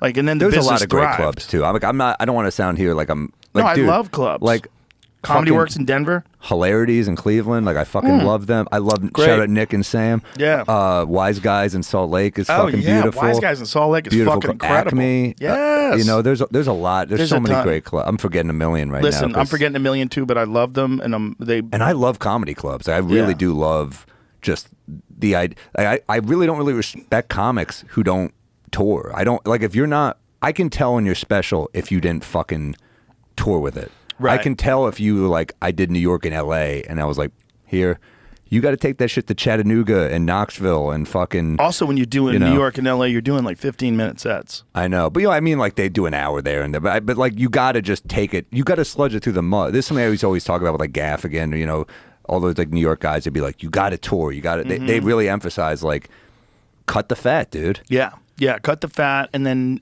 see how different people in different places react to it. Because your act is going to go over different in San Francisco than it is in Florida. I know. Just is. Just is. But both are fucking great. Both that's are the fucking great. You know, like Tampa for whatever reason has been the side splitters. You know, they've always been fucking really good. You know, Did you like, ever make up with hyenas? never. I'd be happy to. I'd be happy to. If you're listening, hyenas. The I'm one in sorry Dallas for what is I might have supposed to be done. awesome. I don't know. You probably just gave It him the is right good. direction. Get rid of your stupid fucking hyena. Get out of here with your logo. If someone can make fun of it and it hurts your feelings, you got a dumb logo. I don't give a shit either. I mean, like Yeah. it's like I know what am I going to hold a grudge against hyenas? I You don't should give hold a a shit. grudge against that guy that wanted you to get dropped by your agent. That guy could have ruined your career. Pretty classless. Pretty classless. That's move. such a shit move. 'Cause And that guy I didn't could have ruin your I didn't have a career. lot of juice, and like to be told like I fucked up. I'm like a little bummed that she told me I kind of fucked up. I'm like, you know, I didn't. You know, I'm like, I'm not a diva, dude. I'm one of your dudes who like happily do 45 weeks a year on the road. I'm like, I'm out there. I'm happy Yeah. to do this. Yeah, you know? you're making money off me, stupid. Yeah. Have my back. Not a ton at the time, but I was A out there little bit. working. Yeah, enough. Well, you gotta think like it's like a young athlete. Like if they keep going, they're gonna eventually make it into the majors, and they're gonna make money. Like I think of it in sports analogies, like always. That's just how I always because I love sports. So I just also always, sports is another thing like comedy. Like there's no guarantee. You may make it. I You may know. not make it. Yeah. It's hard. Instead of tearing an ACL, it's like drug problem. Or Drug something. problems, Yeah. girlfriend problems. Yeah. There's so many things that can go wrong with you. Mental health problems. There's so many things that can get wrong and also it's so not guaranteed that you're going to keep coming up with ideas. Oh, dude, this is my 6 hour of jokes that I just burned, and I'm like, I'm fucking tired. I'm like, my mind is tired. Like, I just don't feel like I have it. I never feel like I have it after this. It's really hard to keep doing this. But it's a constant process. It's a privilege to deal with this Yeah. challenge, but it is fucking like, I'm like, wow, I don't feel funny most of the time. You'll come up with it just like it always did. Like Shane was saying that after his last special. Now the stuff he's doing now is arguably the funniest shit I've ever seen from him. It's just how That's it always works. is. I like my new shit, but I don't really like it. It's gonna take time. It's gonna take time. It's a 5-year-old kid right now. It's not a 25-year-old man Yeah. crashing through the front line. It is a It's not 5-year-old kid ready. trying to entertain a fucking room full of drunks. Yeah. Ain't lasting long. Well, it's just you have Bambi legs. Your jokes have little Bambi legs. Like they're all awkward and shit.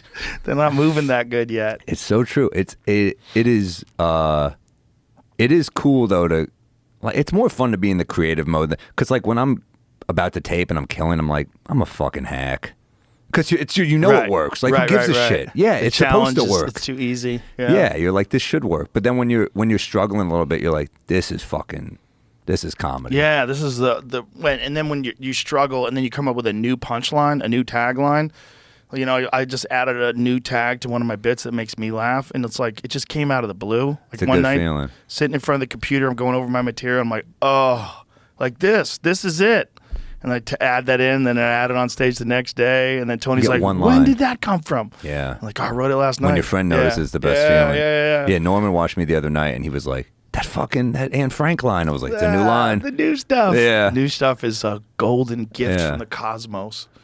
New stuff's amazing. It's so weird when it hits you in the middle of the night too. You just like, wake up in the middle of the night. You just like stumble over to a fucking phone, voice memo, fall right back asleep. Yes. You got to do it. Oh, always. And it's 90% of the time it's shit, but for that 10%, you have to just do it. There's been way too many times where I convinced myself that I would remember it and I didn't remember it. I know. There's a Seinfeld episode about that where he like tries to write it down. And he's like, "What the fuck is this?" Yeah. But yeah, it's so. I mean, it's funny for what a sitcom Seinfeld was. It would like tap into real stand-up shit every once in a while. Oh yeah. I mean, it started off with him doing a monologue. Yeah. Remember that? That was the early days. Yeah. He would do a monologue at a club every time.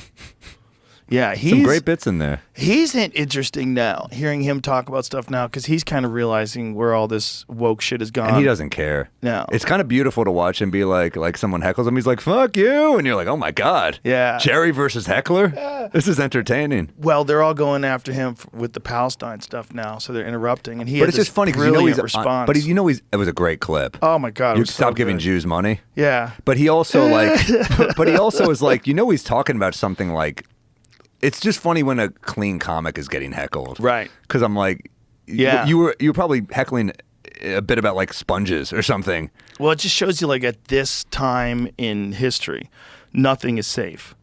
This time in history is so screwy that total, complete compliance and adherence to every single letter of the doctrine is demanded. And even then, they'll move what it is. They'll move the boundaries. They'll move the goalposts, and then what you were saying a month ago is now problematic. And now you have to adhere to a new thing.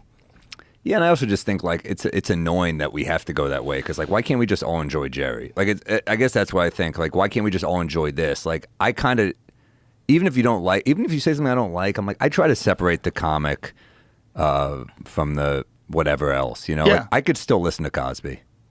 That's interesting. Yeah. That one would be tough. I just have to fall asleep sometimes at night. And, no. I actually don't really listen to Cosby, but I do think I do it with movies all the time. Like I don't agree with like Woody Allen, Roman Polanski or Woody Allen, right. but I fucking love movies, and I think Woody Allen's made some of the best movies ever. So yeah, he's made incredible movies, and he was a great stand-up. I mean, I can separate for the Cosby's tough because what's it called? Himself? Yeah, it's tough.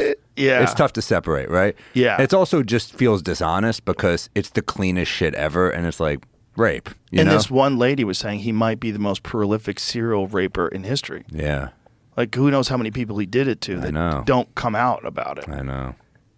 How many people don't know what happened. It's also tough when the person who does the shit is so holier than thou. And so beloved. But also just so much like, you need to do things this way. It's like those types of, so that is tough. But like, But those are the type of people that are usually creeps. Yeah. It's like male feminists are usually the biggest fucking so pieces true. of shit. Yeah. Because they're putting on an act that they hope you'll respond to if you're a woman. That's true. That's what it is. They're It's just a bait the and most. switch. It's a bait and switch, and it's the most manipulative thing. And one of the things you get from those guys, the creepiest of them, they will go after other men. And they go after other men publicly. Oh, I remember Jamie Kilstein went after me for a fucking rape joke. In like 2013, I had a fucking rape joke that like I got torn to shreds for by these like fake, feminist things. I still remember the joke. It was like I was fucking a black girl. Not a great joke. I was fucking a black girl while we were having sex. She kept dropping the N-word. She was like, no. And then I paused and I was like, you guys are worried I was going to say the N-word. Then everyone was like, thank God, rape joke. So that was a joke that somehow that word is more offensive than me raping a person. Yeah. So like the joke killed. It would always kill.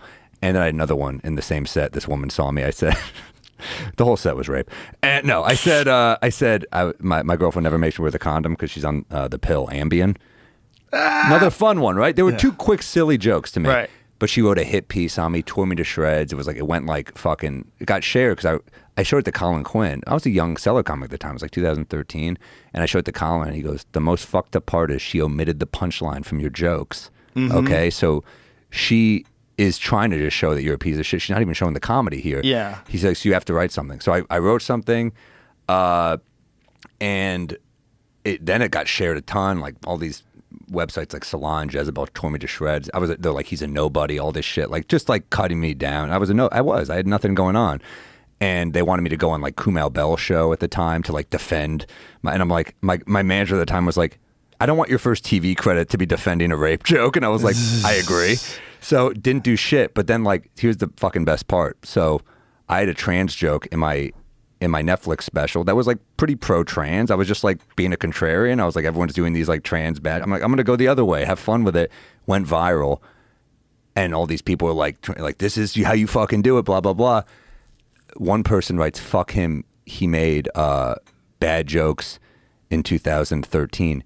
It's the person who fucking tried to cancel me in 2013 who is now a man.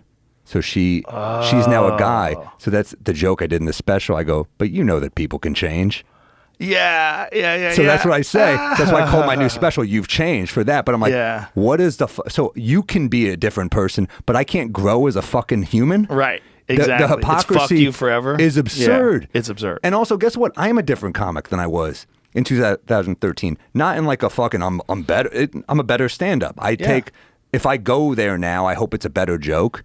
Yeah. But like, how come there's only room for growth on your side? It's fucking absurd. Absurd. Yeah. Well, it's a and cult. I accept whatever you choose to do. It's your body. Do whatever the fuck you want with 100%. Your life. But the idea that like you get to do whatever you want, but then everyone else is like a target to you is insane. It is insane. But it just shows you the disingenuous approach to things, and also that the people that are involved in this sort of attacking people, they're not enlightened, for a lack of a better term. Not saying that I am. But their level of compassion is not, it's not for everybody. It's only for people that agree with them. You're not a progressive, but only you can progress. Exactly. And it's also only people that only people that agree with you 100%. But then let's look into your own life. I guarantee you're a mess. I know. Well, these are the people that went after Shane too. You have to realize, and the fucked up way they went after Shane was that I remember they went after Shane so hard. I think it was CNN had a thing. They were like, people who were canceled this year, and it was Weinstein, Cosby, and Shane. Oh my God. And I was like, this is like a SAT question. Which one doesn't fit? Yeah. This is so fucking unfair. So I think that ship has sailed. I think it's for the most part over, and I think like we're mostly laughing about it now. Yeah. But but now you see it with the Tenacious D guy, and now it's predominantly the left that goes after people. But like now it's kind of, this was the right where they're like celebrating the Kyle Gass thing. Well, I'm like, hey man, it's either all okay or none of it. It's the South Park guys. Either all okay or none's okay. Yeah. The guy said something on stage because he's signaling to all his liberal followers, and he's trying to be cool. And he probably had no idea that was going to get out to the rest of the world. He thought he was just saying it to his crowd. And he didn't understand because he's like 60 years old. You see that guy? He's old as fuck. I didn't see it. He's like a super old triple vax liberal. Yeah. And he said something, and it was a stupid thing to say. And then he had to cancel their whole fucking tour. And they get death threats. And I'm bummed that Jack Black canceled on him. Well, they all canceled. Well, that's your friend, though. I mean, that bummed me out because I think Jack Black's hilarious. So that bummed me out. Well, he didn't throw his friend under the bus. He said he was blindsided by it, and that he doesn't support hate speech, political hate speech. Yeah, I mean, but what is hate speech? Is my other thing. It's like you either made a joke, you either say it's a joke, or it is actual. It's either a joke or it's not a joke. It is the definition of too soon. Yeah. That's what it is. Sure. It was 2 days. And the joke bombed. Yeah. Right? I mean, it was like, oh, Jesus. I don't like I don't think, do I think it's a good joke? No. No. But also, like, why are you calling for, I don't like the calling for people's heads either. Yeah, I don't like it either. I think they're just delaying their tour. He's just going to take some time he off. Just wanted a vacation. Back. No, I really think that's what the decision was. I think the decision was to stop the tour and then come back. Yeah, maybe. Yeah. Isn't that what they said? Tour is canceled. He's been dropped by his agent also. Oh, never mind. Whoa. Jesus. I was about to be like, you know what? Summer is hard to tour, but now, has everybody been dropped or just that one guy? It just says him. Jack Black hasn't been dropped. Yeah. You're a dumb fucking agent if you're dropping that one. Yeah, if you drop Jack Black, like, yo. At first I thought Jack Black said it. No. When I saw the clip, I was like, oh, no. I was watching Tropic Thunder the other day on TV. It's still funny. It's amazing. It's really funny. It's the last free movie. They don't do it anymore, dude. You can't do a movie like that. Someday it'll come back around. I asked Robert Downey Jr. on the podcast. I said, do you think you can make Tropic Thunder today? He's like, oh, you could make it. I saw that. He's awesome. He's great. Yeah. Yeah. Yeah, that's Ben Stiller doesn't get enough credit for kind of just going for it with that shit. That was in that movie. He went for it. So did Tom Cruise. Remember when Tom Cruise played that fat agent with the fucking awesome. I was like, I saw that. I was like, I want to see you do more comedy, dude. Enough. I know you want to do your own stunts and you're like you have a death wish and it's badass and stuff, but like I want to see Tom Cruise in a comedy. Yeah. Well, listen, I know Tom Cruise is a loon. But Tom Cruise, because the fact he's a loon, can kind of do anything. Mm-hmm. I mean, he played the vampire Lestat in Interview with a Vampire, and all of Anne Rice's fans were protesting. Like, why? People did not want Tom Cruise to play Lestat. But he's great. He's great. But if you didn't know, Tom Cruise at the time was Top Gun. He was Yeah. like fucking blockbuster boy. And then always going to play this homosexual vampire who's like this It's called acting. Yeah, but it was too beloved to them, to the people that like, have you ever read Interview with a Vampire? No, I It's haven't. fucking But amazing. he's more gay than he is a pool shark, and he played a pool shark in The Color of Money. So who gives a shit? Yeah, the pool shark wasn't believable. But he did. But he did learn how to do it, though. That was I think. more offensive to me than the vampire. he learned kinda. Kinda. If I watched him play, I'd be like, come on. But you're son. good at pool. Yeah, that's the difference. Like I if you suck.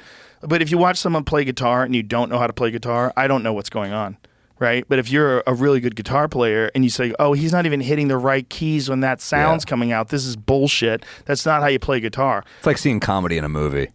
Punchline. It's usually rough. Punchline with Sally Fields and Tom Hanks. It's Did you ever see rough. that? Yeah, it's fucking awful. With the lockers. They have They lockers. have lockers. Yeah. They have lockers. I love Tom Hanks, but yeah, it's not fucking. It's not a comedy. Doesn't. The only time I saw it kind of work was when Sandler did it in the Judd Apatow movie. Where I'm like, because Sandler does stand up though. Right. He's a real comic. Yeah. Yeah. Yeah, you could do a movie with comedy in it, like Louis did with Louis. You know, you'd have Louis is such a good show. It's a I sent him great an show. email like a year ago. It was like 2 a.m.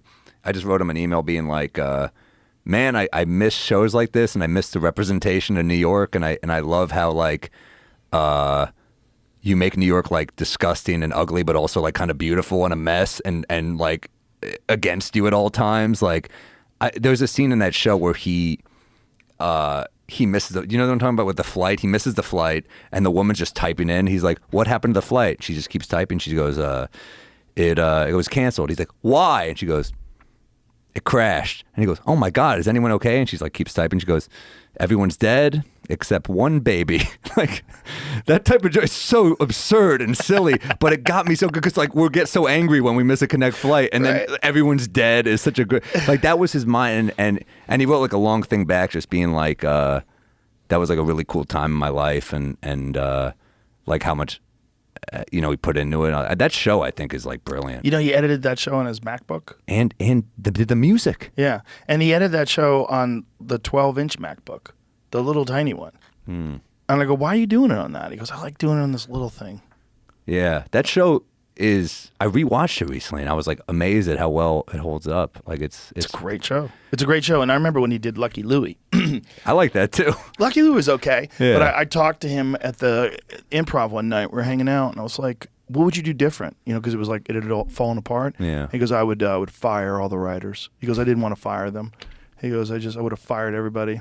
Well, he also was trying to do like a Jackie Gleason like sitcom type thing, Right. and his strength is being himself. Right. So Right. that's I still enjoyed it, but yeah, Louis like on another level. Yeah, well, Louis was him with freedom. You Yeah. know, it's like if you take a guy like that and you just let him. He's gonna do the best he can. He's gonna do the best he can always. Yeah. You just gotta let him do that and get Yeah. out of the way. You're not going to give him good ideas. You're not gonna help. I know. You're He gave me not- a tag once for a joke, and it killed him immediately. And I was like, "That's a good comic right there." Oh, he's great. He's good at comedy. Yeah, I did a King Kong joke. He gave me a great tag once about King Kong's wife giving him shit and. I had a joke where I said it's a joke that I did in the movie The Joker. I say I did a million jokes for that movie, and there's the one they used. But I said, men and women look at sex differently. Men look at it like women look at sex like buying a car. You're like, can I see myself in this long term? Is it safe? Is it reliable? Could it kill me? And I say men look at sex like parking a car. We're like, there's a spot. There's another spot. Oh, I have to pay. Never mind. And Louis goes, you should add handicapped. Hope no one sees this. I had a handicap line, but his hope no one sees this hit harder. And I was like, there we go. It just worked. Hope no one sees this is so much more fucked up and funny. Oh, yeah. I had a handicap line, but it worked, but this one then killed. And I was like, he's good. Yeah. And I don't really normally take tags, but when it's Louis, you're kind of like, let me try it. Yeah. And then it was too good to not tell. Too good. Yeah. Yeah, you got to take it. Yeah.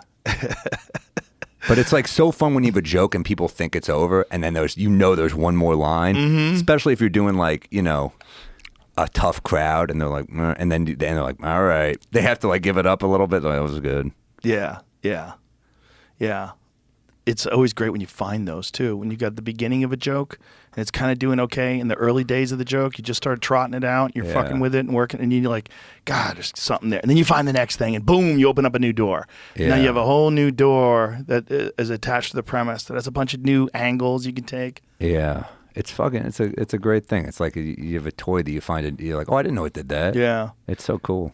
Louis said he's going to take a year off, and so he's basically taken. I think a year and a half. I think he took a. I mean, I saw him recently. It's almost a year, right? Yeah, I saw him at the Cellar, and he was trying some new stuff, and it was funny. And it was like, recently? Yeah, he's always funny. Okay, so he's back. Yeah, I hate when a comic like that's in the back of the room and I'm fucking around just trying to find shit. I'm like, God damn it. And I get up, I'm like, oh, hey, Lou. He's like, what's up, man? I'm like, God damn it, I was fucking around. Yeah, I love that when people are doing that, though. I know you're funny. I'm not going to, like, if I see someone have a weird set where they're working on new shit, I never think, oh, Sam sucks now. You know, like, you'd be an idiot for thinking that. Yeah, I guess we're always in our head a little bit, you know? Like, always. Once you think you're awesome, you're fucking done. I had a set once where I switched the order of things on the spot for some strange reason. I decided to try it this way, and it worked great. But I realized as I was into the set that I missed a giant part of one of the bits because I switched it around, and it didn't fit anymore, and I couldn't add it anywhere else. And so I was in my head, but I was still killing. Yeah. But I was in my head, and then after it was over, I'm like, I gotta listen to this. This must be fucked up. But it was the recording was great. Yeah. I was listening to it, I'm like, this was all like a self-inflicted mind fuck because I knew that there was more to the bit, but they didn't know there was more to the bit. I know. They just But thought you knew there was more. Exactly. And it's annoying though when you leave and there was more meat on the bone. I hate that feeling. I mean, dude, the worst. It happens a lot when you're like, well, let me try. Sometimes you try to flex. You're like, let me open with an abortion joke and see if I can dig out of this hole. No! And it misses, and you're like, oh, fuck, now they hate me. But I do it all the time. Like, I have a new Hitler chunk. I was doing it at your club last night, and I'm like, let me open on this. And they're like, no, you can't open on the Hitler joke. You got to earn it. Give them 4 minutes. Yeah. You got to get them to trust the way you think about things. So I love late night sets still, even though they're like so... I mean, but I like... Not even that many comics do them anymore, but when you watch an old one and you're like, oh, you had to open on this joke for a reason. Like, there's this comic in New York, Nick Griffin, he was like the master of the Letterman sets, I thought. His Lettermans, did like 11 Lettermans, they're all flawless, you know? And every opening joke was perfect. He had a joke where he goes, they say to live every day like it's your last, so I've been crying a lot lately. That's a great fucking joke. Or, he goes, there's another one he opened with. I always look at the opener because I'm fascinated by it. He goes, I hate these celebrities, Lady Gaga, you know, oh, the press is bothering me. Oh, cool. Visa's bothering me. That's like, all right, you're self-deprecating out of the gate. It's a quick joke. Like, I like the quick laugh. Yeah, yeah. Visa's bothering me. Want to trade? It's like a great line. Yeah. The construction of a great joke. And starting off with a great joke is so important for opening acts. I always tell that for guys on the road, like if they've never done like a big theater before and they're coming with me, I'm like, listen, go out there, say hi to them, don't rush. Don't rush into your first joke. Yeah. But when you commit, that first joke's got to be a banger. Yeah. Because they don't know you. And it might not get the laughs you think it deserves because the audience isn't warmed up yet. But you got to accept that. But you got to start out with a banger. Well, even if they're not laughing hard, at least they're like, okay. Like, they might not be laughing, but they might have a smile on their face. Yeah. You know? And then you're literally warming them up. Yes. You're warming them up. And that's why I appreciate comics who warm up crowds with jokes and not just, like, bullshit. Oh, like, yeah. I have a respect for people that whatever way you warm them up, however you get them, cool. But, like, I tour with Gary Veeder, and it's just killer deadpan one-liners. They're all just, like, deadpan. And I'm like, he's low energy, so they have to listen. And for me, that sets the table where, you know, every joke is fucking killer. Dude, I have to piss or I'm going to break. Let's take a little break. We'll be right back. Yeah, Ron moved out here in like 2017 or 18. Yeah. And he was always at the store too because he had a condo in Beverly Hills, or he had a house in Beverly Hills. It wasn't a condo, it was a mansion. And he just said, I'm fucking moving to Texas. He goes, I love it here. I travel. It's in the middle of the country. Easy to take a flight to anywhere. People are nicer. No traffic. Food's fucking great. And that kind of put the seeds in my head. That was like the first seeds in my head. I was like, Did you not like LA? No. It's too many people. I think you get around too many people. It's not good for your head. I think too many people like that. People become they become a problem rather than a resource. You know, there's too many. They get in the way. They're in the way of things. It's too clogged up. And I think it creates anxiety. When you're stuck in traffic all the time, I think that's bad for you. I wanted to just... Also, I didn't trust it. I felt like it could fall apart at any moment. It was always like... I was always waiting for the next earthquake or the next fire. I was evacuated 3 times from my house from fires. Yeah. Last one, 2 houses in front of my house burnt to the ground.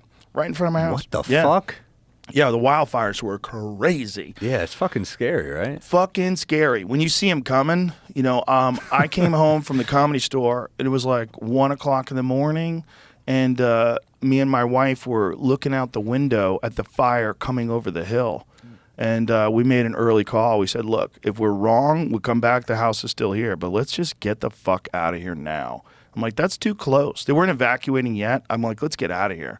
And so we got all of our shit, and we got a hotel in Beverly Hills. And then next thing you know, it swept through our neighborhood. That's fucking horrible. It burnt 40 houses in my neighborhood. Jesus Christ. Dude, it was crazy. That's awful. Between my neighborhood and the That's the like, what neighboring is it, like neighborhoods. July or what? I don't remember when it happened. I want to say, I don't know. I mean, LA's dry. It's dry. All it takes is a good wind and fires. But it happened 3 times. 3 separate times we had to get evacuated.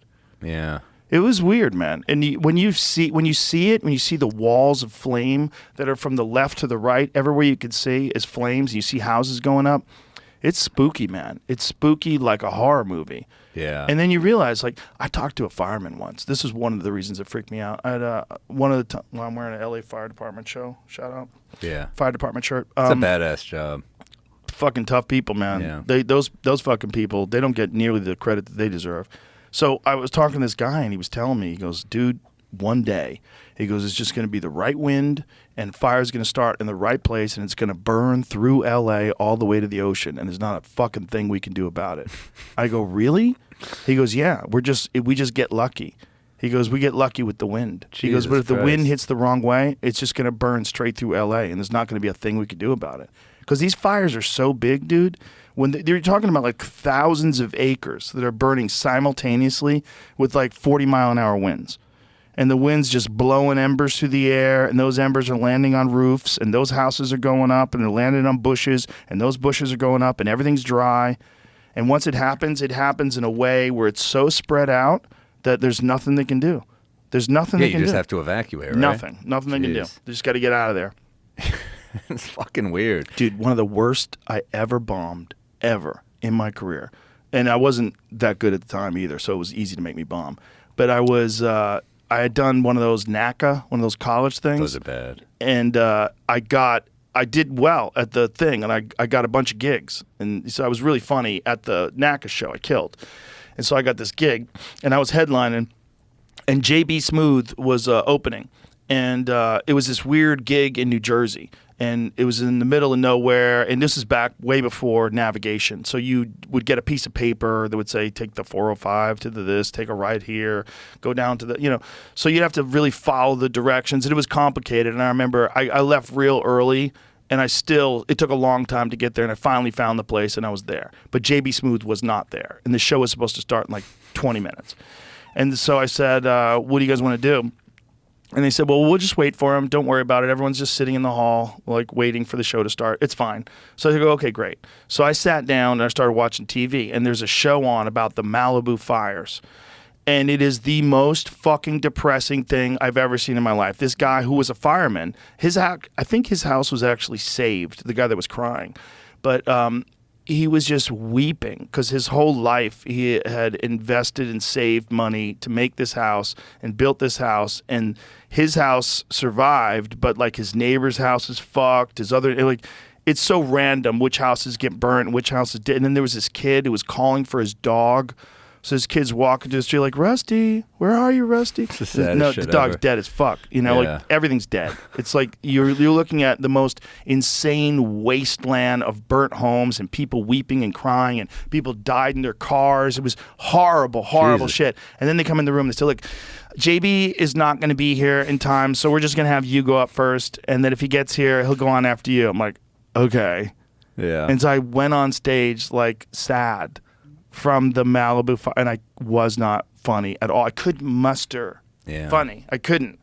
And I remember this girl I was dating at the time, she was there with me. She goes, what the fuck was that? And I was like, I watched the Malibu fire thing. I was fucking sad. Now she's dry too. Yeah. And then JB went up after me and murdered. He's funny. He came in loose and like he was like, I got lost and went on stage. And he was just killing. Sometimes you just got to not watch the news. Never watched the news. But that's the thing about this cable news. Like I watch it, I'm just like, why would I watch this? I feel fucking horrible. You feel horrible and it's not helping you. And I mean, you really like you got to be real careful about any input that gets in your mind before you go on stage. Yeah. You shouldn't have an argument with your girlfriend. You shouldn't call your friend that owes you money. Yeah. You shouldn't talk to your parents. Yeah. You know, you have to be careful about what input. Like, that's why I like the green room at the club. You go in there, the music's playing, comics are in Good there. music, too. Everybody's hanging. It's a good vibe. Like, it feels good. And then you go on stage with a smile on your face. Like, You have to. Yeah, that's what it's supposed to be No, about. dude, I mean, we've all done those benefits where they'll be like, here, this is a benefit for, I did a benefit recently. I didn't fucking think. I usually look what it's for, so I know it's a good cause, but I was like in a rush, and I just showed up to a benefit, like, oh, I'll kill, it'll be fine. Like, within 30 seconds, I open on a joke, drinking on muscle relaxers, like silence, and I'm like, okay, something's wrong here. Whatever. I keep powering through, bombing my dick off. The crowd's looking at me like, who is this guy? This guy sucks.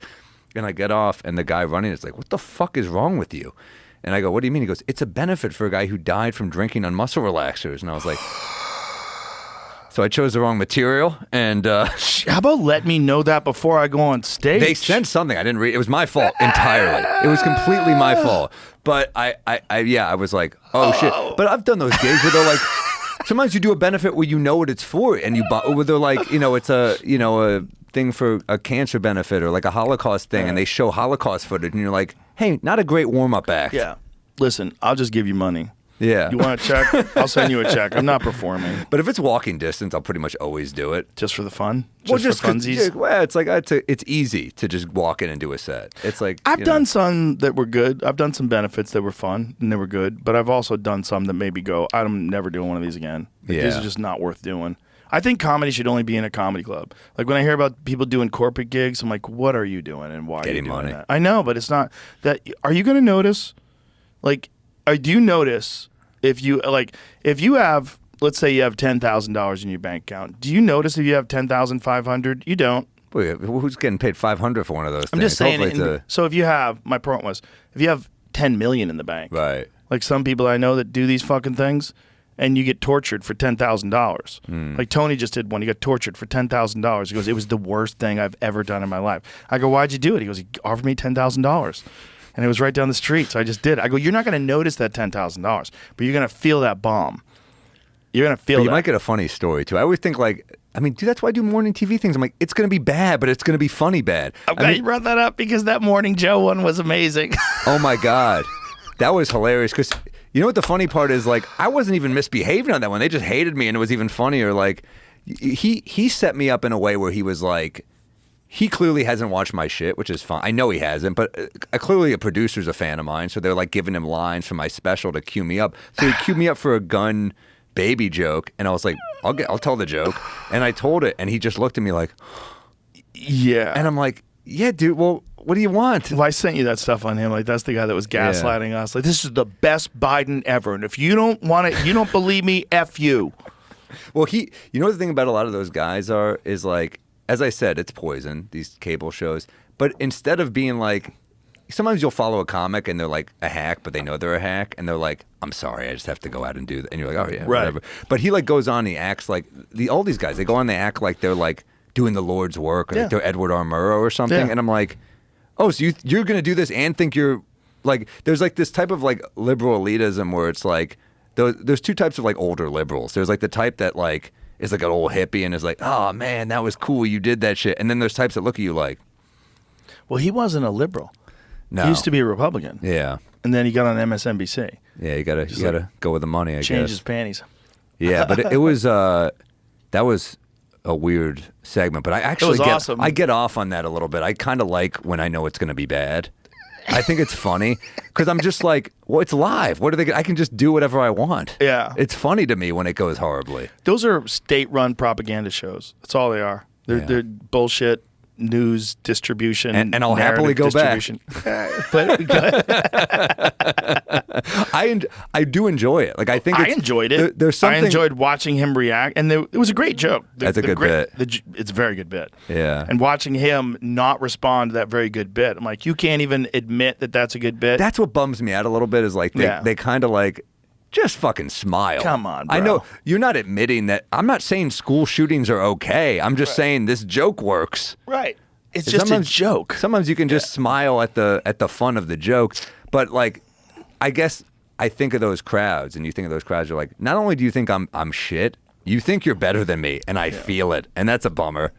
Well, that position of being that guy in the suit with the fucking makeup on in front of the camera, speaking the truth, that's an intoxicating power position. Good. I guess. I don't know. Well, I mean, I don't know, but it must feel all right. It's an intoxicating power position for those people. You know, they want to be that guy that is the center of the news show, and you know, all the people are waiting for them to talk, and there's all the cameramen, and they're all pointed at him, makes him super important. There's people behind the scenes with clipboards, they're all looking at him. Yeah, those idiots like that. It's funny because the producers were like quoting my bits. They knew who I was, and they're regular people. And they were psychos. They were really cool, and so I'm sure that's who gave him that thing. They were like, talk about guns and babies, and I was like, you got it. And I mean, fuck, God bless. Even Al Sharpton kind of chuckled at least. I was like, I got something out of him. Even that's come on, give me something. Al Sharpton's an old school grifter. He knows a good old joke. School, yeah. Come on. I mean, that guy's entire career started on a false rape accusation. Yeah. Get out there and do the real thing, buddy. You just see what he looks like now? He's lost like a all bobblehead. of his weight. He's like super, super thin. Oh, there I am. Wow, I look well. What the fuck is wrong with me? Yeah, let's hear it. Disappointed, Sam. I'm not going to lie. But I'm used to that. very Wherever happy. I go, I show up at places and people are like, it's very Oh, no, it's different to earlier show in this. This is the end. You got to go. Watch party. It's I way was earlier. Al Sharpton because you said something about him. No. Go it's to the beginning. The beginning where he sets up the gun joke's the funny one. Hey, they give me a nice plug, though. There's something. Presidential election, and Sam joins us now. Sam, I got to start with this quote because it's most relevant. It is. Oh, no, not go to gallows past the humor, election but here. on a- Yeah, this is whatever. This is just me making a Biden joke or whatever, a Trump-Biden joke. The next, right there, maybe. Parallel of guns and babies Yeah. together, but you do it masterfully. Explain. Yeah, well, both are easy to hate, but then you hold one. And you're like, I kind of get it, you know? We laughed at that. Yeah. Yeah. Both Yeah, annoying on and you- airplanes. Yeah. If you're both dating you someone know, new you- and they have yeah. either, you're like, it could be a problem. You know, Right. and both will be in a school soon. Yeah. Yeah, exactly. Let's take a look. He did not like that. Yeah, exactly. Well, that's one that you can't. Like, what do you do? What do you even say to that? Yeah, but you know, He laughed a little bit. That was a more little. than I thought. Yeah, more a than I little. remembered. Give me a hint. It wasn't that bad, but Al Yeah. Sharpton was laughing. Yeah, because I told him I was like, I bet you're a Sam Morril fan, just like playfully, and he was like, I bet I could be. Yeah, and then I was like, you know, I brought up the thing about like Anne Frank. When Justin Bieber went to Anne Frank's house and in the sign-in book wrote, I think she would have been a believer. I'm like, that's how I feel about you and me. Did he say that? I said that to him. Did Justin Bieber really do that? Yeah, he got a lot of shit for that years ago. Whoa. Yeah, but come on, we're How old was he? entertainers. We fucking get it. How old was he? He was a baby. He was young. Yeah, I mean, Yeah. the fuck is he supposed to do? Yeah, he just Figure was things trying to out? he was being shocking. He was in his shocking phase, you know? I think he was like, I think he meant it in like good spirits. I don't think he was like trying to be like, fuck her. I think he was like trying to have fun with it, you know? Yeah. But I said that to Al Sharpton. He was like, yeah. He like went with it. I was like, all right. Well, the thing is, those places are not places for humor. There's no room for humor because they think they're saving the world. It's like, but the world stays, and then you just annoyed everybody your entire career, and you didn't Yeah. save anything ever. You never changed anybody's opinion. You didn't. That's why I'm shocked they want bullshitted me on people. these shows because I'll happily go in, but I'm just shocked in there. I'm there just like laughing in the green room like this is gonna be bad. Like I know it's gonna be bad. They need anything. But I went on the Ari Melber one once, and he just like would set me up for jokes, and then look at me like, so why is that funny? And I'd be like, are you fucking kidding me? Because it's a joke. I don't know. Clearly, it's not funny. I don't know. You know, but you're just rolling with it. But there's a big difference between being funny on a talk show in front of a person who's not ready to be laughing and then an audience. That's why I at a play to the club. producers usually. I'm trying to get them laughing because Yeah. I'm like, because then if you hear laughs in the background, it's Yeah, yeah, undeniable. But if I'm just bombing for one dude, yeah, it's fucking weird. Yeah, you want to play the camera guys, Yeah. the normal people. Camera guys and the grips. Get I them love to doing laugh. that shit though. Yeah. I and all my friends are like, "You're a psycho for going on morning shows," because like, yeah, Stavros and Norman are like, "I'm not waking up at 7 a.m. to do this." I'm like, I will happily. You still do it? Of course, if they'll but few will have me. The last one that had me was in Salt Lake City, Utah, and they were like, they knew I do this, so the guy came in the green room and was like fucking with me.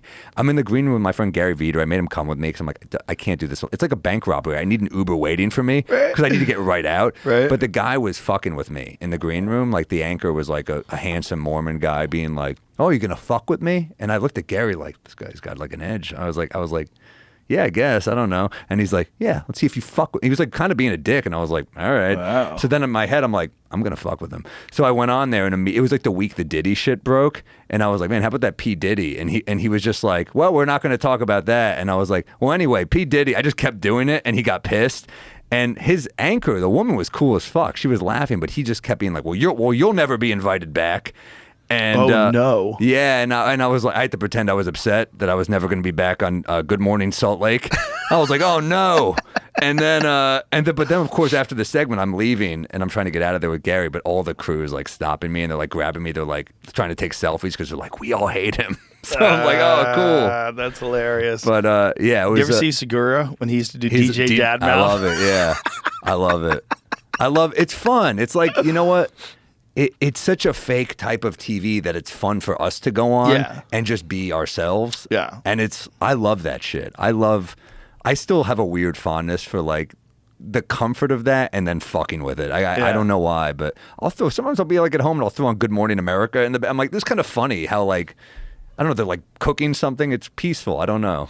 It's weird to watch some of those shows. Like I'll watch The View every now and then just because I don't know I've never anybody seen like one that. episode. I've Good never for seen you. it. Yeah. Yeah, you got to go for a walk after you see them. Just go, what? Yeah, I These are choose to know voters. Whoopi Goldberg from the movie Eddie, where she's the Knicks coach. That's how I choose to think of her. Yeah, that shows. Never seen it. There's a bunch of those shows where you're just like, who are these people and how do they think this way?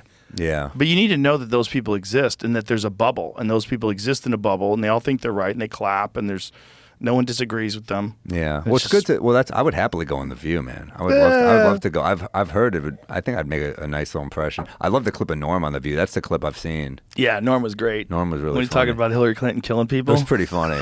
I just like disrupting. Like I think the disrupting is really funny. It's very funny. Yeah, Norm was the best at that. He was. Yeah. I wish I knew him. I only met him twice, and he was so nice the two times I met him. But he was. I met him on Last Comic Standing, where I got eliminated immediately. I had a pretty good set, but then I had a feeling they weren't going to move. I watched two comics in front of me fucking bomb and move on. By the way, but I remember Keenan Ivory Wayans was like. You were funny on some jokes and not funny on others. And I just like sarcastically responded, well, I loved all your scary movie films. And it got a big pop. And he goes, I only did the first two. I'm like, it was a joke. I don't know. I'm fucking trying to survive here. And then afterwards, Norm saw me on the way to the bathroom and was like, I like to eat shit on him. That was funny. Yeah. And that was like my one interaction with. And then another time I met him at Caroline's where we were doing March Madness style. Do you know what that was? Where it was like one-on-one. You had to do like 60 seconds versus 60 seconds. And I was in the finals. I think I lost to Dan Soder in the championship, which was like, I was happy to. I love Dan. So I was kind of like, it's kind of fun to even be in the finals with Dan. But Norm was hanging with us and he's like, he said something. He's like, man, I hate this shit. It's like they take you out back and fuck you in the ass. And we were just like, yeah, we didn't know what he was talking about. We're like, it's Norm. Just fucking go with whatever he says. He's a fucking legend, you know? I randomly sat next to him twice on airplanes. Wow. Yeah. Well, you were buddies, right? Yeah, well, we knew each other. We knew each other from the clubs, but just randomly, we happened to be in the same city, the same town, on the same plane, and he sat next to me twice. That's amazing. Yeah, it was amazing. And so, like, for 3 hours, me and Norm just talking shit and having fun. And one time, one of my favorite stories was he was on. He's like, yeah, I quit cigarettes. I quit smoking. Say, fucking cigarettes are terrible. They're terrible for you. They kill you. And so we're talking about cigarettes, and we get off the plane, and he immediately runs into one of the shops and grabs a pack of cigarettes. And he's lighting it before he gets out the door. Out the door, He's like, I go, I thought you quit cigarettes. I did, but we were talking about it. I wanted one, you know? I just couldn't help myself. So funny. Oh, he was an A animal. legend. Yeah, real legend. And even the way he went out, you know, didn't even tell anybody. Just went to Canada Who the and died. fuck would ever do that anymore? Like, no one. No one. Everybody makes a big deal out of it. They post on social media these tearful videos. I'm in stage 4, and, you know, Yeah. thank you for all your hopes and wishes and prayers. And Yeah. Norm was like, I'm I'm just going to ride off in the sunset. Yeah, he was so fucking funny. And, you know, you see so many videos of him online now. Like, anytime anything comes up, there's always a Norm joke. And you kind of forget that he's dead, you know, because Yeah. he's so funny. It's weird that it's like giving him I hate to say second it, life. kind of, in like Yeah. a weird way, because I think it's really unfortunate. Some of these guys who are brilliant, like, they don't get their due until, like, obviously he was huge and he was a Weekend Update guy, did so much great stuff and movies and all that stuff, but like not what he deserved. not what he deserved. And I felt the same way about Greg Giraldo and about like Patrice. I think a lot of those guys kind of didn't get the love they deserved until I feel like afterwards. if Patrice survived, he would be the #1 podcaster in the world.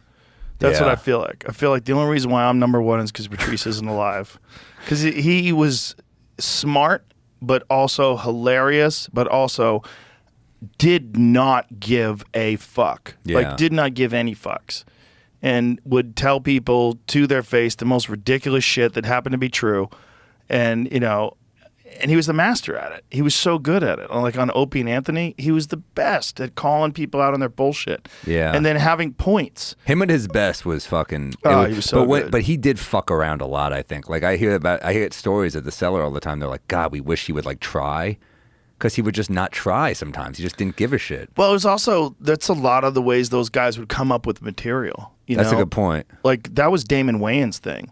Damon Wayans, in my opinion, I still say this to this day, the most underrated of all the greats. I think Damon Wayans is one of the all-time greats. Yeah. But he kind of stopped doing it in the height of his. Have you ever seen this HBO special, The Last where he's Stand? like he's like murdering to the point of Murdering. Yeah. He was so good, dude.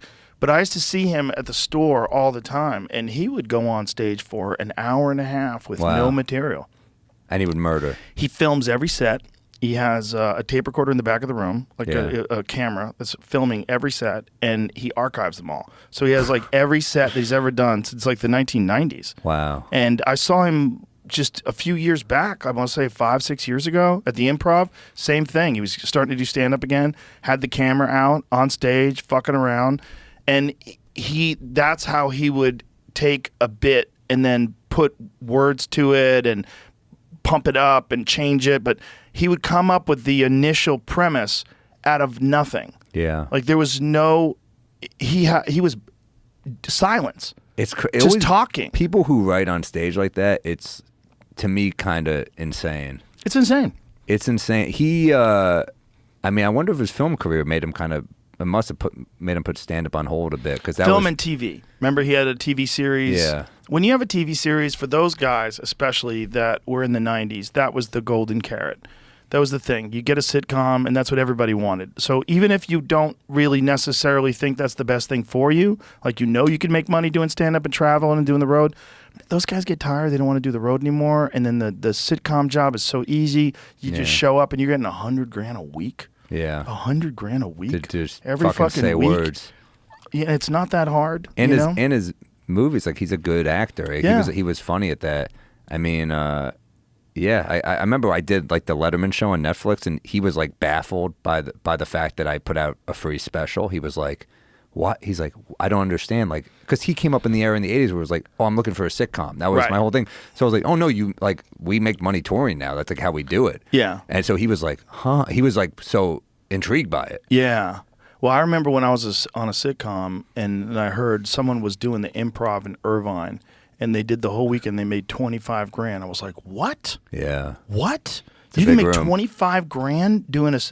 Because I was not at that level. I wasn't selling any place out, so I was never making that kind of money for a weekend. But I was like, "That's what I make on a sitcom. Like it's the same Wow, money, yeah. but they're doing like stand up, and I'm kind of They're their own boss. in this little velvet prison." where I'm eating craft service and I've got my own dressing room, but it's a little weird. It's not what I want. Yeah. It's a fun thing Great to gig. do. It's a great gig. And that gig was the perfect version of one of those gigs. And you were good at it. Super talented people. Thank you. Funny fucking human beings. Great crew. Everybody was great. The cast in your show was so good. Amazing. Super fucking Phil Hartman's talented. one of the funniest dudes of all Brilliant. time, I think. Brilliant. Dave Foley, brilliant. Oh, man, Andy I Dick, love him. hilarious. Yeah. Maura Tierney, She's awesome. Candy Alexander, Vicki Lewis. It's like they were all amazing. Stephen Root, insane actor. So that dude's good. career is so cool. He's so good. Yeah, he's in everything, I feel. Every time I turn something on, I'm like, oh, dude, this dude's got more range than like anybody. And he was the only guy on the show that was playing a character. Yeah. Like he was playing Jimmy James. Like Yeah. Andy Dick was basically a steroided up Andy Dick. It was like Andy Dick on steroids. I was kind of me. Yeah. I was like conspiracy theorists and all that stupid shit. But I love when they write that shit in. Yeah, well, that show was really good at that. They were also really good at letting people improvise. Like Dave Foley was like a secret producer of that show because he would rewrite entire scenes. Wow. Like we would get the script and then we would do a run through, right? So the way a sitcom works is you get a script, you do a table read, and then after you get the table read, Tom Saronis, who is the director, and the cast, we would all go, okay, let's put it on its legs. And so we would start the scene, and then, Dave would a lot of times go, why is Andy coming in this way? Why don't we have Andy like hiding under his desk and Andy, because we're not supposed to be talking about him, or he is not supposed to know we're talking about him, and then he pops up and like, oh, that's a great idea. And then like, instead of that, how about he says this? And like Dave, because he'd come from Kids in the Hall where they'd created all these insane sketches. There was Kids in the Hall, super underrated show. Yeah. Super underrated show. They were all so fucking good. Amazing. Yeah. And so Dave was so good at I producing. just saw him on Fargo. He's great in it. He's great in everything. He's an awesome actor. He's a UFO nut. Is he? Total believer, which is hilarious because when we were friends, like he was always like, why do you care about all this stuff? Like, why do you care? Like when we were on the sitcom together, because I was always into UFOs and all kinds of stupid shit. And he was like, what the fuck are you interested in this for? This is all nonsense. And then something happened. I forget what it was. And then eventually he saw one. And he had like a UFO experience. And he's a full-on believer now. Which is fun. It's fun for me. I'm like, ooh, now you like them. This is exciting. Life's long, man. Yeah, people change. Yeah. I've changed. It's cool, man. It's cool you had that experience. You've had like a lot of lives in comedy. I mean, you to do the sitcom and then have your game show and then you're doing stand up and the podcasting. It's like, wow, you can have a lot of lives in this shit. The thing is, I got super lucky for sure in a lot of these things, but also everything I do is something I actually like doing. Yeah. Which makes it real easy. Makes it real easy to show up for something like today. Like I wasn't thinking, oh, I gotta talk to Sam.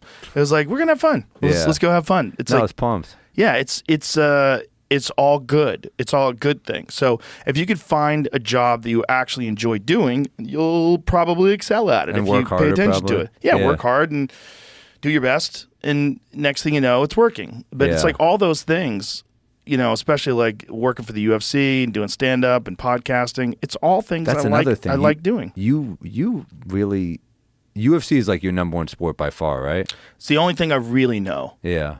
In boxing. But not boxing, not as much as UFC, but it's the only thing I really, really know.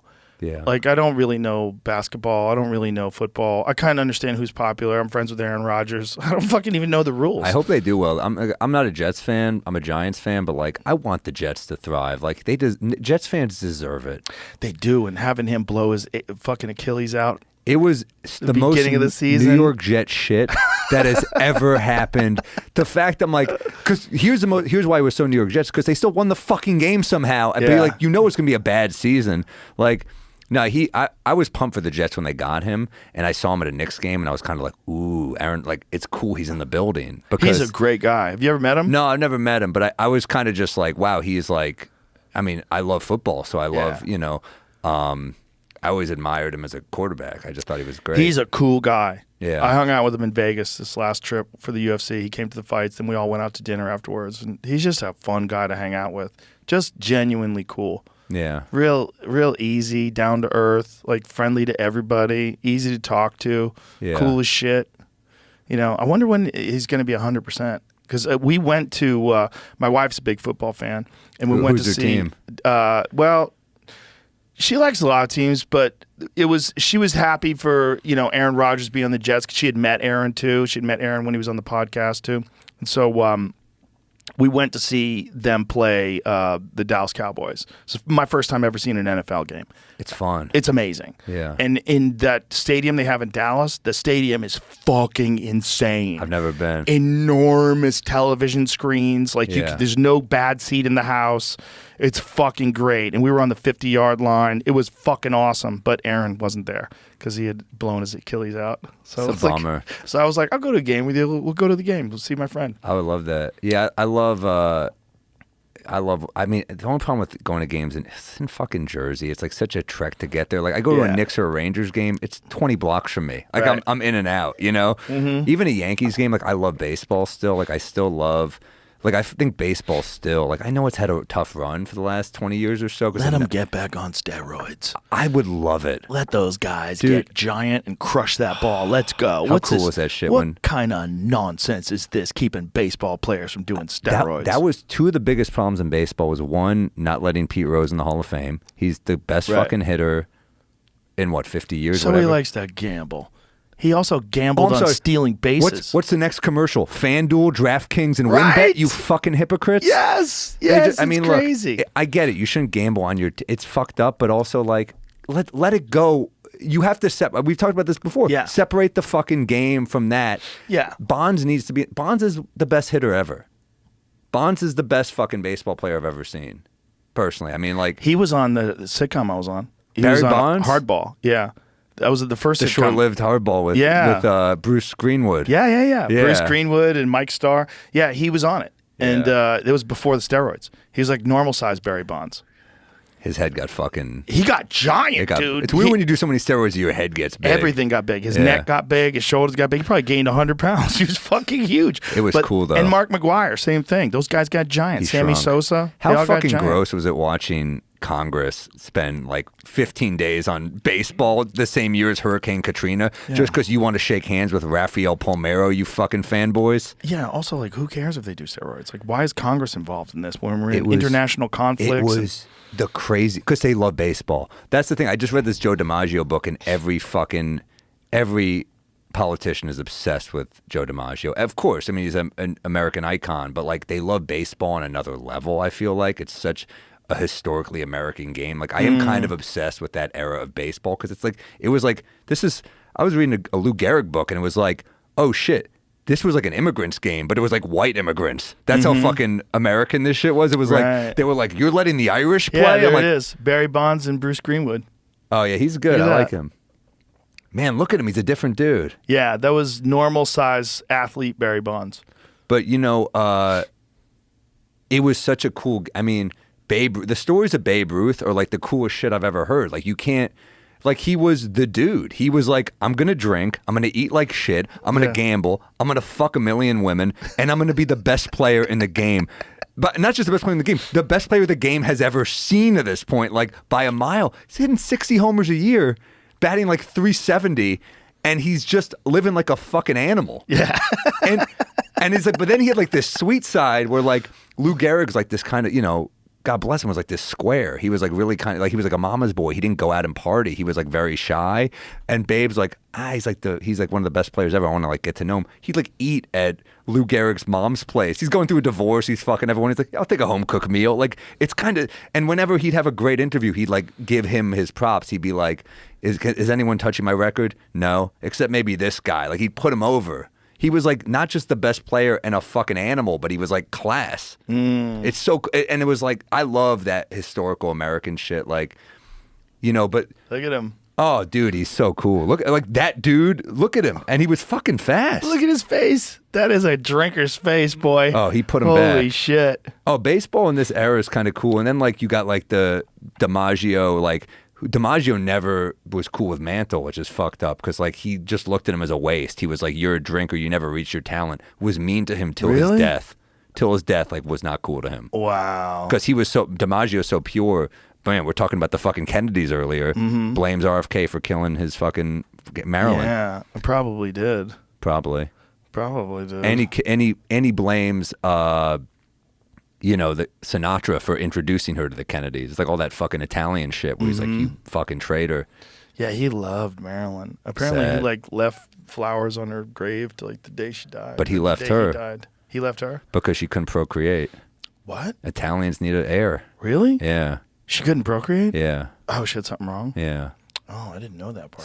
So he left her, but he's like, I mean, he's like one of the most badass humans ever. I mean, just like, it's crazy these dudes lost their career because they had to serve in the war. Like, isn't that just fucking insane? Ted Williams, decorated fighter pilot, because in his prime, Ted Williams has to go, and he's like killing dudes in the war because he's like one of the best in the Air Force. And meanwhile, DiMaggio is doing like exhibition games, but he still lost his prime because like we're at war, and that's what you did back then. But like Ted Williams had like 2010 vision, so he's fucking a beast. No shit. Not just the best hitter ever. Ted Williams is also fucking murdering dudes. Wow, that's crazy. Well, that makes sense why Ted Williams is so angry all the time too. You know, because those stories were always, they leave that out. He was always angry. Man, well, you fucking had to go to war. Everyone, J.D. Salinger. That's right. They're all fucking damaged from the war. That's right. All that whole generation were like they're the greatest generation. But they're pretty fucked up. Yeah, I mean, think about how many of our former presidents Yeah. served.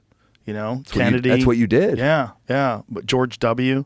or H.W. Yeah. He got shot down. No, the other one was Yeah. cheerleading. But That's cheerleading, right? Isn't it funny that we look at him now as like, I wish our president was like that. Meanwhile, back then he was like, it's embarrassment. I always said that once you start painting, shit's gone off the rails. Well, when it's over and you start Yeah. painting, you're just trying to get away the horrible memories of all the people that died unnecessarily because of your decisions. Yeah. I mean, if you're George W. and you're sitting around your ranch in Texas and no one's around, and you're sitting there sipping sweet tea, thinking about 1 million dead Iraqis for some bullshit weapons of mass destruction that didn't even exist. Yeah. Whew. You didn't need to do that. No, he would be the saddest guy to do mushrooms with. If you had to pick all the presidents to do mushrooms with, he would be the saddest because he would just start crying. Because he's got to be sensitive. He makes all those great paintings. Not great paintings. He makes all those paintings. Yeah. You know, he's got to be sensitive. He's an artist. You know, he's trying to, he's not. He's an artist. Yeah. Loosely, we're using that term. He's but not yeah. out there shooting pigs out of a helicopter. He's, doing like sensitive shit. So, he's thinking.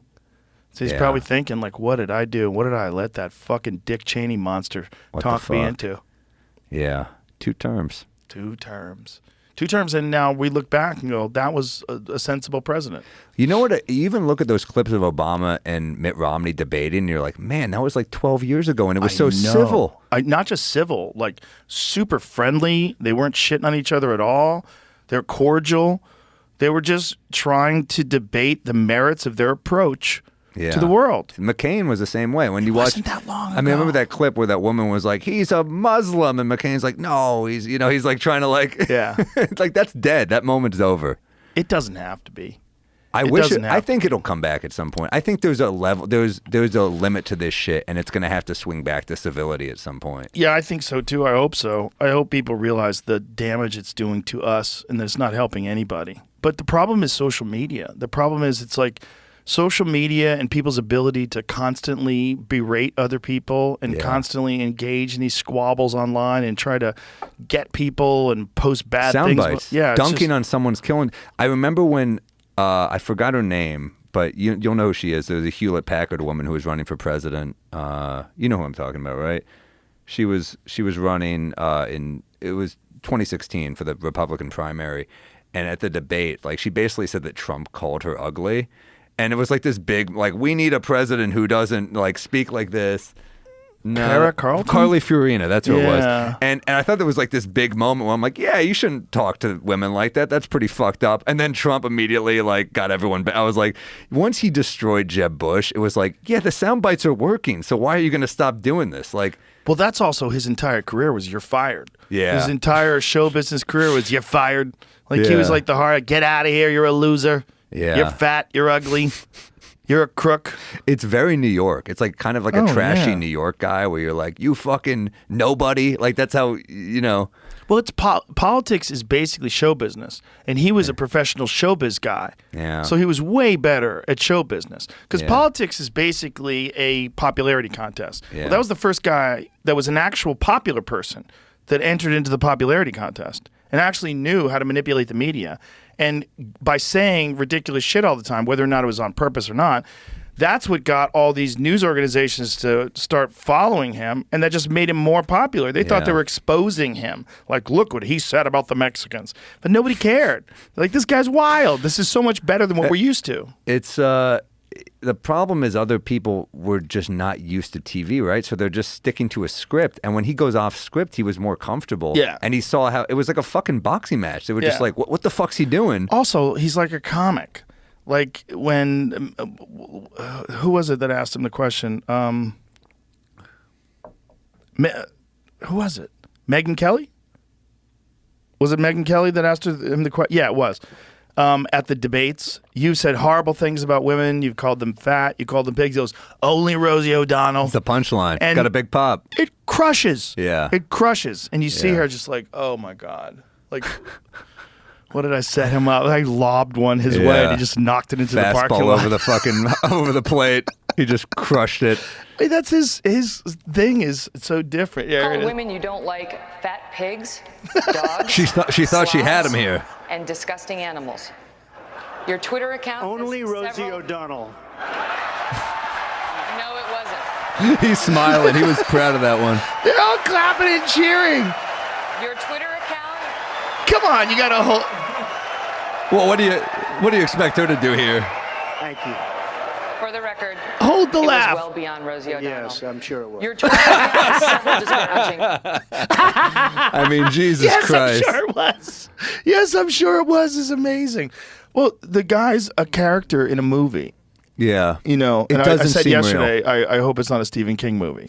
But, you know, remember the Stephen King movie about the guy, like he shakes hands with the guy that's going to be president? Yeah. Yeah, Martin Sheen, wasn't that? Yeah. That's a great movie. It's a great movie. Chris Walken? Yes, great movie. Yeah, that ending, that fucking oof. Yeah. Stephen King's made some good fucking shit. Oh my God. Get him back on Coke.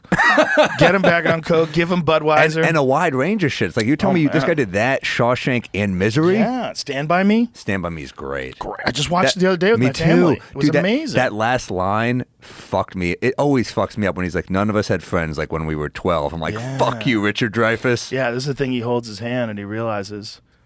Yeah, they did a great SNL parody of this. Yeah, this guy's going to be Hitler. He's going to be the one who kills us all. Yeah. Pressing the button.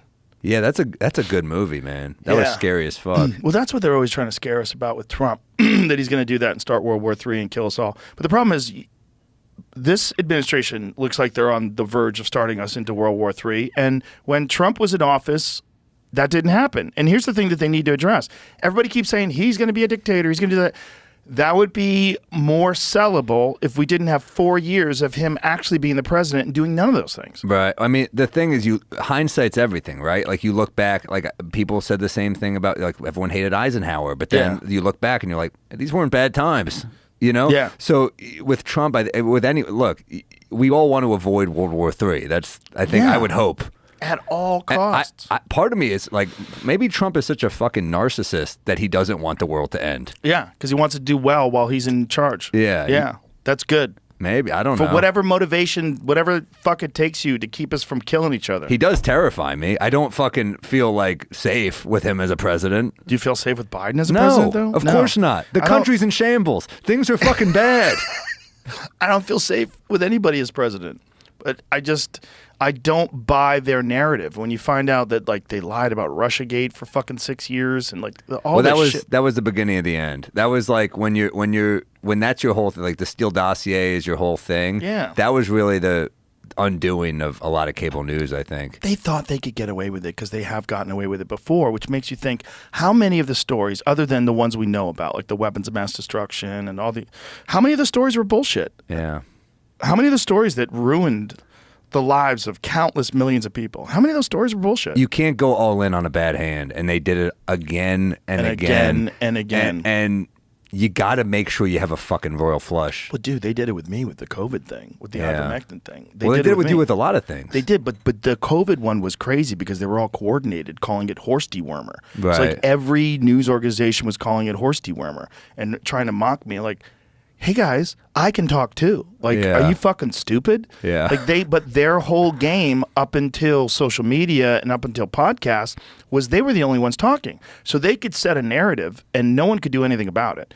They could decide that you're a this or you're a that, and then they push that out there, and that was the end of it. Then you got labeled as this or that. But with podcasts got bigger than them, and they hadn't realized it yet. By a lot. I mean, that's the thing is, I saw your thing with Sanjay Gupta, and he seemed apologetic, but... Sorta. Sorta. Till he left.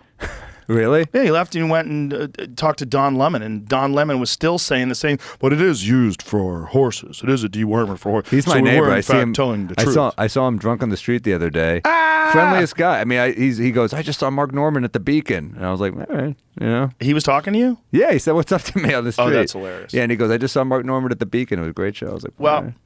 I'm sure he's probably okay.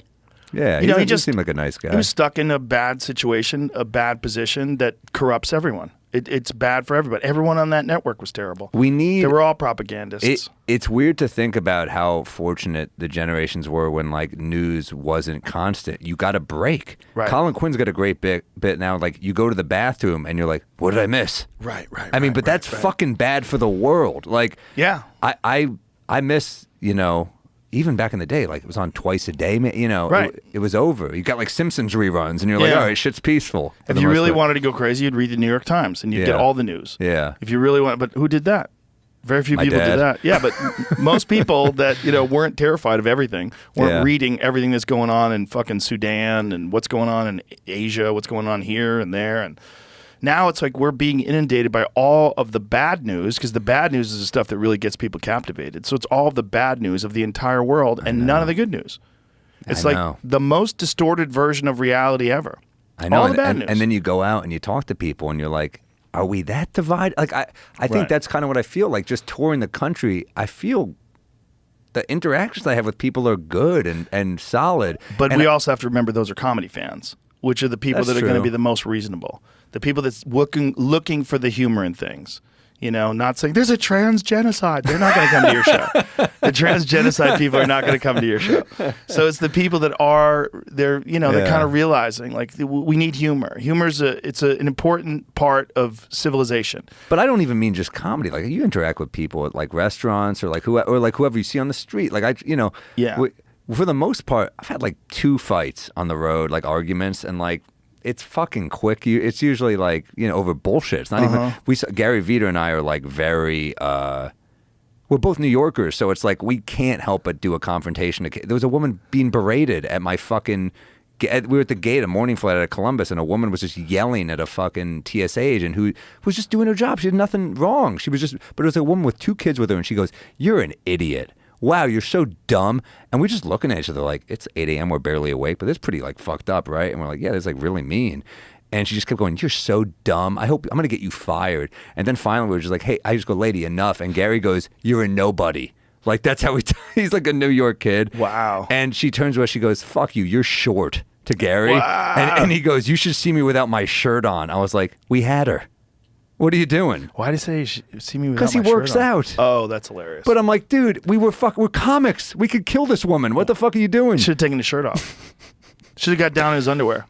But they probably would have arrested him for terrorism. But that was like the one time. But we felt fucking. We were laughing, and the woman was like, "Thank you." But I'm like, Ted, when do we ever fight with people on the like? It's occasionally we do that shit, but like most people are so cool that you meet. Most people are like good people, and then like how often do I miss like small towns like you'll go to like Appleton and like. They don't talk politics. They're like living in like 1994, and it's like rude to talk politics, and you're like, we keep that to yourself. And I'm like, man, I almost miss that point in time when it was like you just led with other shit. That wasn't your whole like. Sure, we make fun of people sometimes who are like, these are my pronouns, but isn't it equally kind of annoying with people who lead with their political affiliation? Just as bad.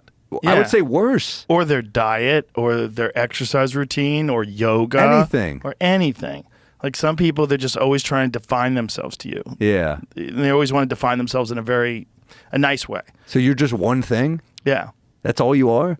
So I look at, like, I do kind of miss those types of people who are like, hey, let's bond over something else other than the world ending. Yeah, but when people don't have any legitimate conflict in their life, they manufacture conflict. And they have to trauma bond with you. God. Yeah, I have PTSD from the last 4 years when Trump was in office. I can't do this again. If that's all moving I to got, Ted Canada. Williams killed people. By the way, I know, exactly. Not to mention, like, they're like, I'm moving to Canada, and I'm like, you think That's Canada? worse. You think Canada just wants all of our fucking whiners? Yeah, listen, not only that, but Canada has like ridiculous free speech laws. They have hate speech laws. They can come down on you for a lot of things. They seized up the bank accounts of people that were protesting the truckers. Oh, that was a fun the time. truckers, the people that were donating to the truckers, they seized their bank accounts. Like, yeah, that's not a good place. Yeah. It's not a good place under this administration, at least. Yeah, where do you go? They went sideways. Canada was an amazing place 10 years ago. You go to Canada 10 years ago, it was awesome. I was always saying that I love Canada. It's like 20% less douchebags. Where do you like in Canada? I love Montreal. Montreal's beautiful. amazing. Beautiful I city. love Toronto. I love Vancouver. I love Canada. Vancouver's one of the most beautiful I don't cities. go to Canada anymore. But Ever? No. You went to a gig there? Not while that guy's president. Fuck you. Yeah, or but whatever he is, prime these people minister. are fans of yours. They want to see you still. Fuck you. Get rid of that guy. I'll come back. I just don't trust any of it up there. Yeah. I just think that they're so far into tyranny right now. Like the laws that they're passing, the shit that they're doing, the erosion of people's rights. Like I don't want to support it. I think it's fucking horrible. Yeah, but I think a lot of people there just want to laugh. I think people need a laugh. You Oh know? yeah, they definitely need a laugh. Yeah. They're in the middle of a full-blown communist takeover. Yeah, it's a scary spot. Yeah. It's scary. But it used to be amazing. I used to say that Canada's 20% less douchebags. Like the people are 20% nicer than most people that you meet in America. They're but polite. that's why they get roped into all this shit. That's why they get roped into hate speech laws, because they want to be kind. They want to be good people. And they don't realize like compelled speech has a terrible ending. It always ends in communism because someone has to compel that speech. Who does? The people with guns. And they tell you what to do. Yeah. And then you have violence that is enforced to get people to follow a doctrine that they may or may not believe in. Yeah, I think you just gotta be pro free speech. I mean, for all the awful shit people can say, you still just have to be pro free speech. That's Elon's take on it, and that's what they're doing with Twitter. Well, the weird thing about Twitter now is like, for all the shit people will say about Elon, I think like, look at the other social media platforms. Everything gets anything. There's like trigger words. They'll be like, you said the word Nazi. I'm like, yeah, I condemn them in a joke. And they're like, well, it got buried because you said that. And you're like, cool. Well, that feels like some Nazi shit. Yeah. I can't use irony. I can't be sarcastic. That's the evil of like, I think when they bury you are, it's a different type of censorship, but you are burying certain trigger words that you think might be offensive and hurt ad sales. Oh, cool. Now posting a joke on Instagram is similar to putting together a set for The Tonight Show. It's all fucking, this word's not okay. Yeah. This word's not okay. Yeah. Twitter's actually the only place left, if you think about it, which is really fucking weird, It's really weird because Twitter used to be the worst place for that. Yeah. Twitter was the place where the FBI literally, like the whole Twitter files when Elon took over. Right. And they had Matt Taibbi and Michael Schellenberger and all these guys like Right, the Rolling investigate. Stone guy, yeah. When they went into it and they were like, oh my God, the government was literally trying to stop legitimate professors at Stanford and people at Harvard and MIT from talking about their area of expertise. Right. They were trying to label them as kooks and get them kicked off of Twitter. The whole thing was fucking bananas. And if he didn't buy People Twitter, used to get their accounts suspended a lot All on the Twitter. time. Remember that? Like that was a big thing. But All now the it's time. like more like Instagram. TikTok's ridiculous, obviously. I mean, that one is like, good luck. Who the fuck knows? But even YouTube has kind of changed a little bit. I mean, YouTube is, everyone's changing, is my thing. But YouTube is like, it's kind of shocking. Like, my issue is like, they keep moving the goalpost in, but there's no guidebook. They're not telling any of us what's not okay. They're just kind of making up the rules as they go along. And to they me, ban I'm like, people's accounts. They don't even tell them why. it's kind of, Your to account me, has violated our terms of service, and then that's it. And then you have no recourse. and you're spending a lot of time and money building up these platforms, and they're like, sorry. Yep. Well, Fuck you. it's pretty fucked up because, you Well, know. especially now during the election. Excuse me. During the election time now, they're really clamping down on that. And there's a lot of people getting shadow banned, allegedly. And then there was a thing that Elon just released where he said that European governments they were saying that they would be willing to give them money to have certain platforms censor certain political speech. Yeah. And Elon was the only one who said no. And he talked about it publicly. He said these other groups, these other social media platforms complied. And like, I'm telling you about this. Yeah. You need to know.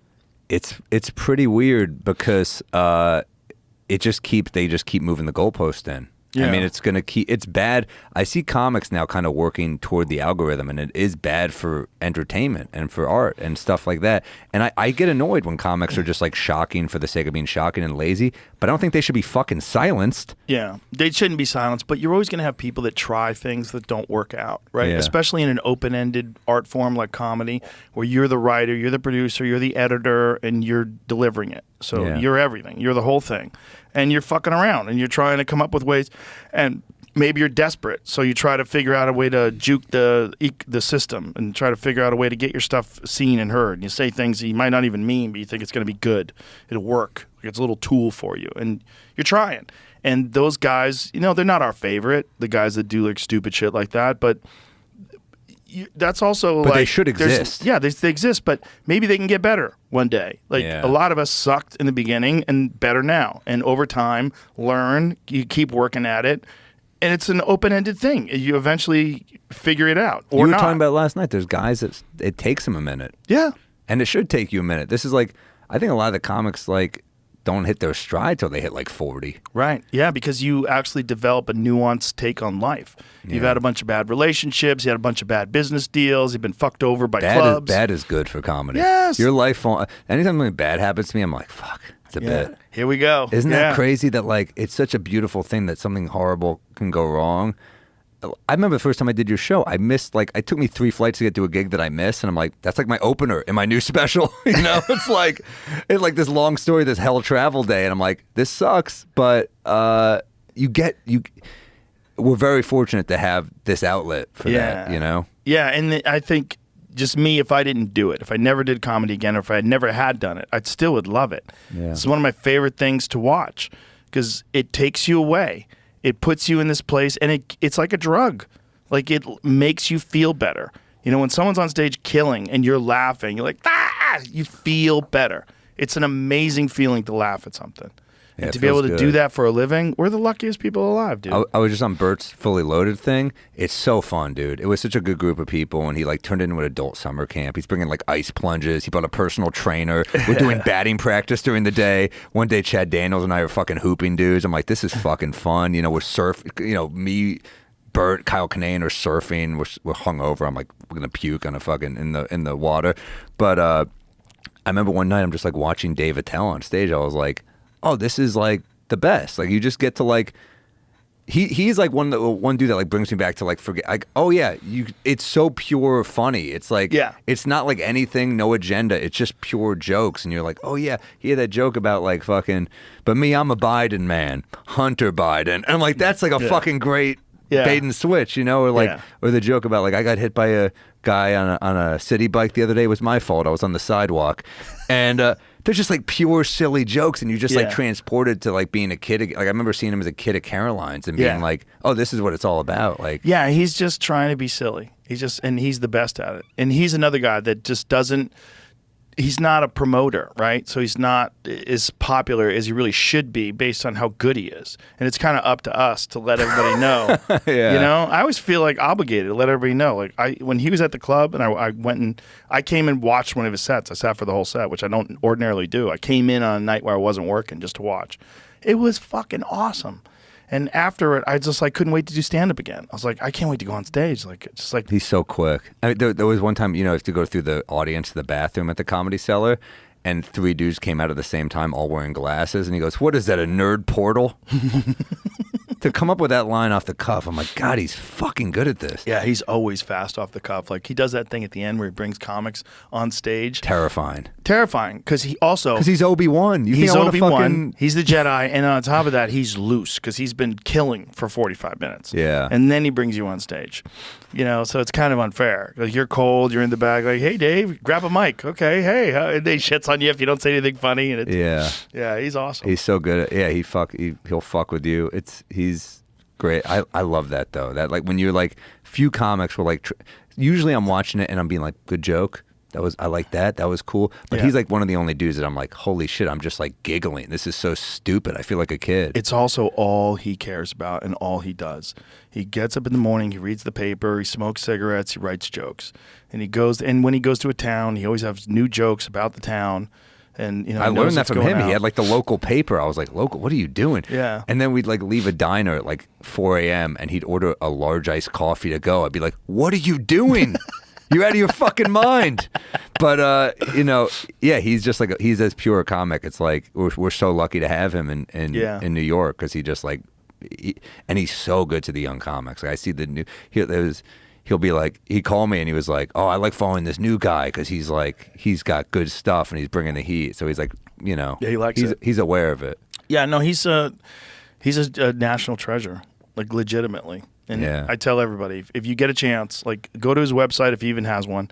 He has one. He doesn't run it. I remember we were doing a road gig once, and he like, as we're driving, I was like, "How do you post this picture?" He's like, "Oh, I don't do that shit." Like, he has someone doing everything, Yeah. And it's always like hilarious because it's like he just writes the caption and sends a bunch. So it'll be him be like, "Amazing weekend in like Hartford," and he'll just be like this, like angry in the photo. It like never matches because he sends it to another person. But he still has a flip phone. Yeah, he has two. I think he has an iPhone that he uses, but he only uses the flip phone. Most of the time when he texts you, it's like doot, doot, doot, doot, doot, doot, doot, doot, doot. It makes the same. He was sitting here texting someone. It was like beep beep beep beep beep beep beep. I go, what are you doing? He's sending Morse code, and I was realizing he was texting. I'm like, oh my god, you still text like that? Yeah, he's old school. Well, he went iPhone for a while, and then he realized like this. I'm too in my head with this. I'm going to go back to it. Yeah, it's the better way. It's better. You see it with him. The results speak for themselves. Yeah, you're not distracted. Aziz went to a flip phone. Did he? Yeah, he talked about it on stage. He was like, I got my brain back. He goes, yeah, I can't get directions or anything like that, but I got my brain back. He's in Europe, too. He's totally... Is he? Yeah. What is he doing? I think his wife is in London. I think he just moved there. I haven't seen him forever. Wow. Yeah. Well, some of those guys, they just like they get hit hard once with a big cancellation, and you're like, "What am I doing?" he's that's over. I know. But I mean, that thing changes like your it just changes your outlook on stuff. Yeah. No, I'm sure. I mean, that was well, when it's written on babe.net, it's legit. And definitely when that's the only balanced, one to pick it, nuanced perspective on who he is. Yeah, that was a weird one. Yeah, let's wrap this up. My brother, thank you very much for being here. Thank you so much, man. Let's have fun tonight. We're going to have a good time. I can't wait, yeah. It's going to be exciting. Yeah. Tell everybody your social media, where to see your shit, your special. New special, Sam Morril, You've Changed on Prime Video. I'm all over the road. I got like... Prime's doing a bunch of them now, huh? I think a few. I think they did a Bill Burr one. I think Bill's doing his next one. Hulu. He's going Hulu. Oh, yeah, you're right. No, but a bunch of other people have done Prime. A few people have done Prime. Yeah, that was by far my best offer. And they, once I saw they treated people in the warehouse, I was like, I want to be on board. So they've been good to me. And then I got that. I got I'm all over. I got like Miami, Baltimore. I'm trying to build material back up. I'm doing a Euro tour, so all over Europe, like London, Belfast, all that shit. And I post a lot of shit on punchup.live/Sam Morril because. What is punchup.live? My friend Danny Frankel started it. He used to work at Facebook, and he hates censorship of comedians. So PunchUp is where I gather emails, and it's like Patreon, but I don't take money. I just want emails so I can blast you when I come to your city. I don't spam you. It's just punchup.live/Sam Morril/sign up or just whatever. And I just I post gigs. I post bonus stuff that I won't post elsewhere because I don't want it to get like buried on some horse shit. Right. And it's good. He cares about comedy. He's a great guy. That's cool. I'll check that out. It's awesome. All right. Beautiful. Thank you, man. Thanks, brother. Appreciate it. All right. Bye, everybody.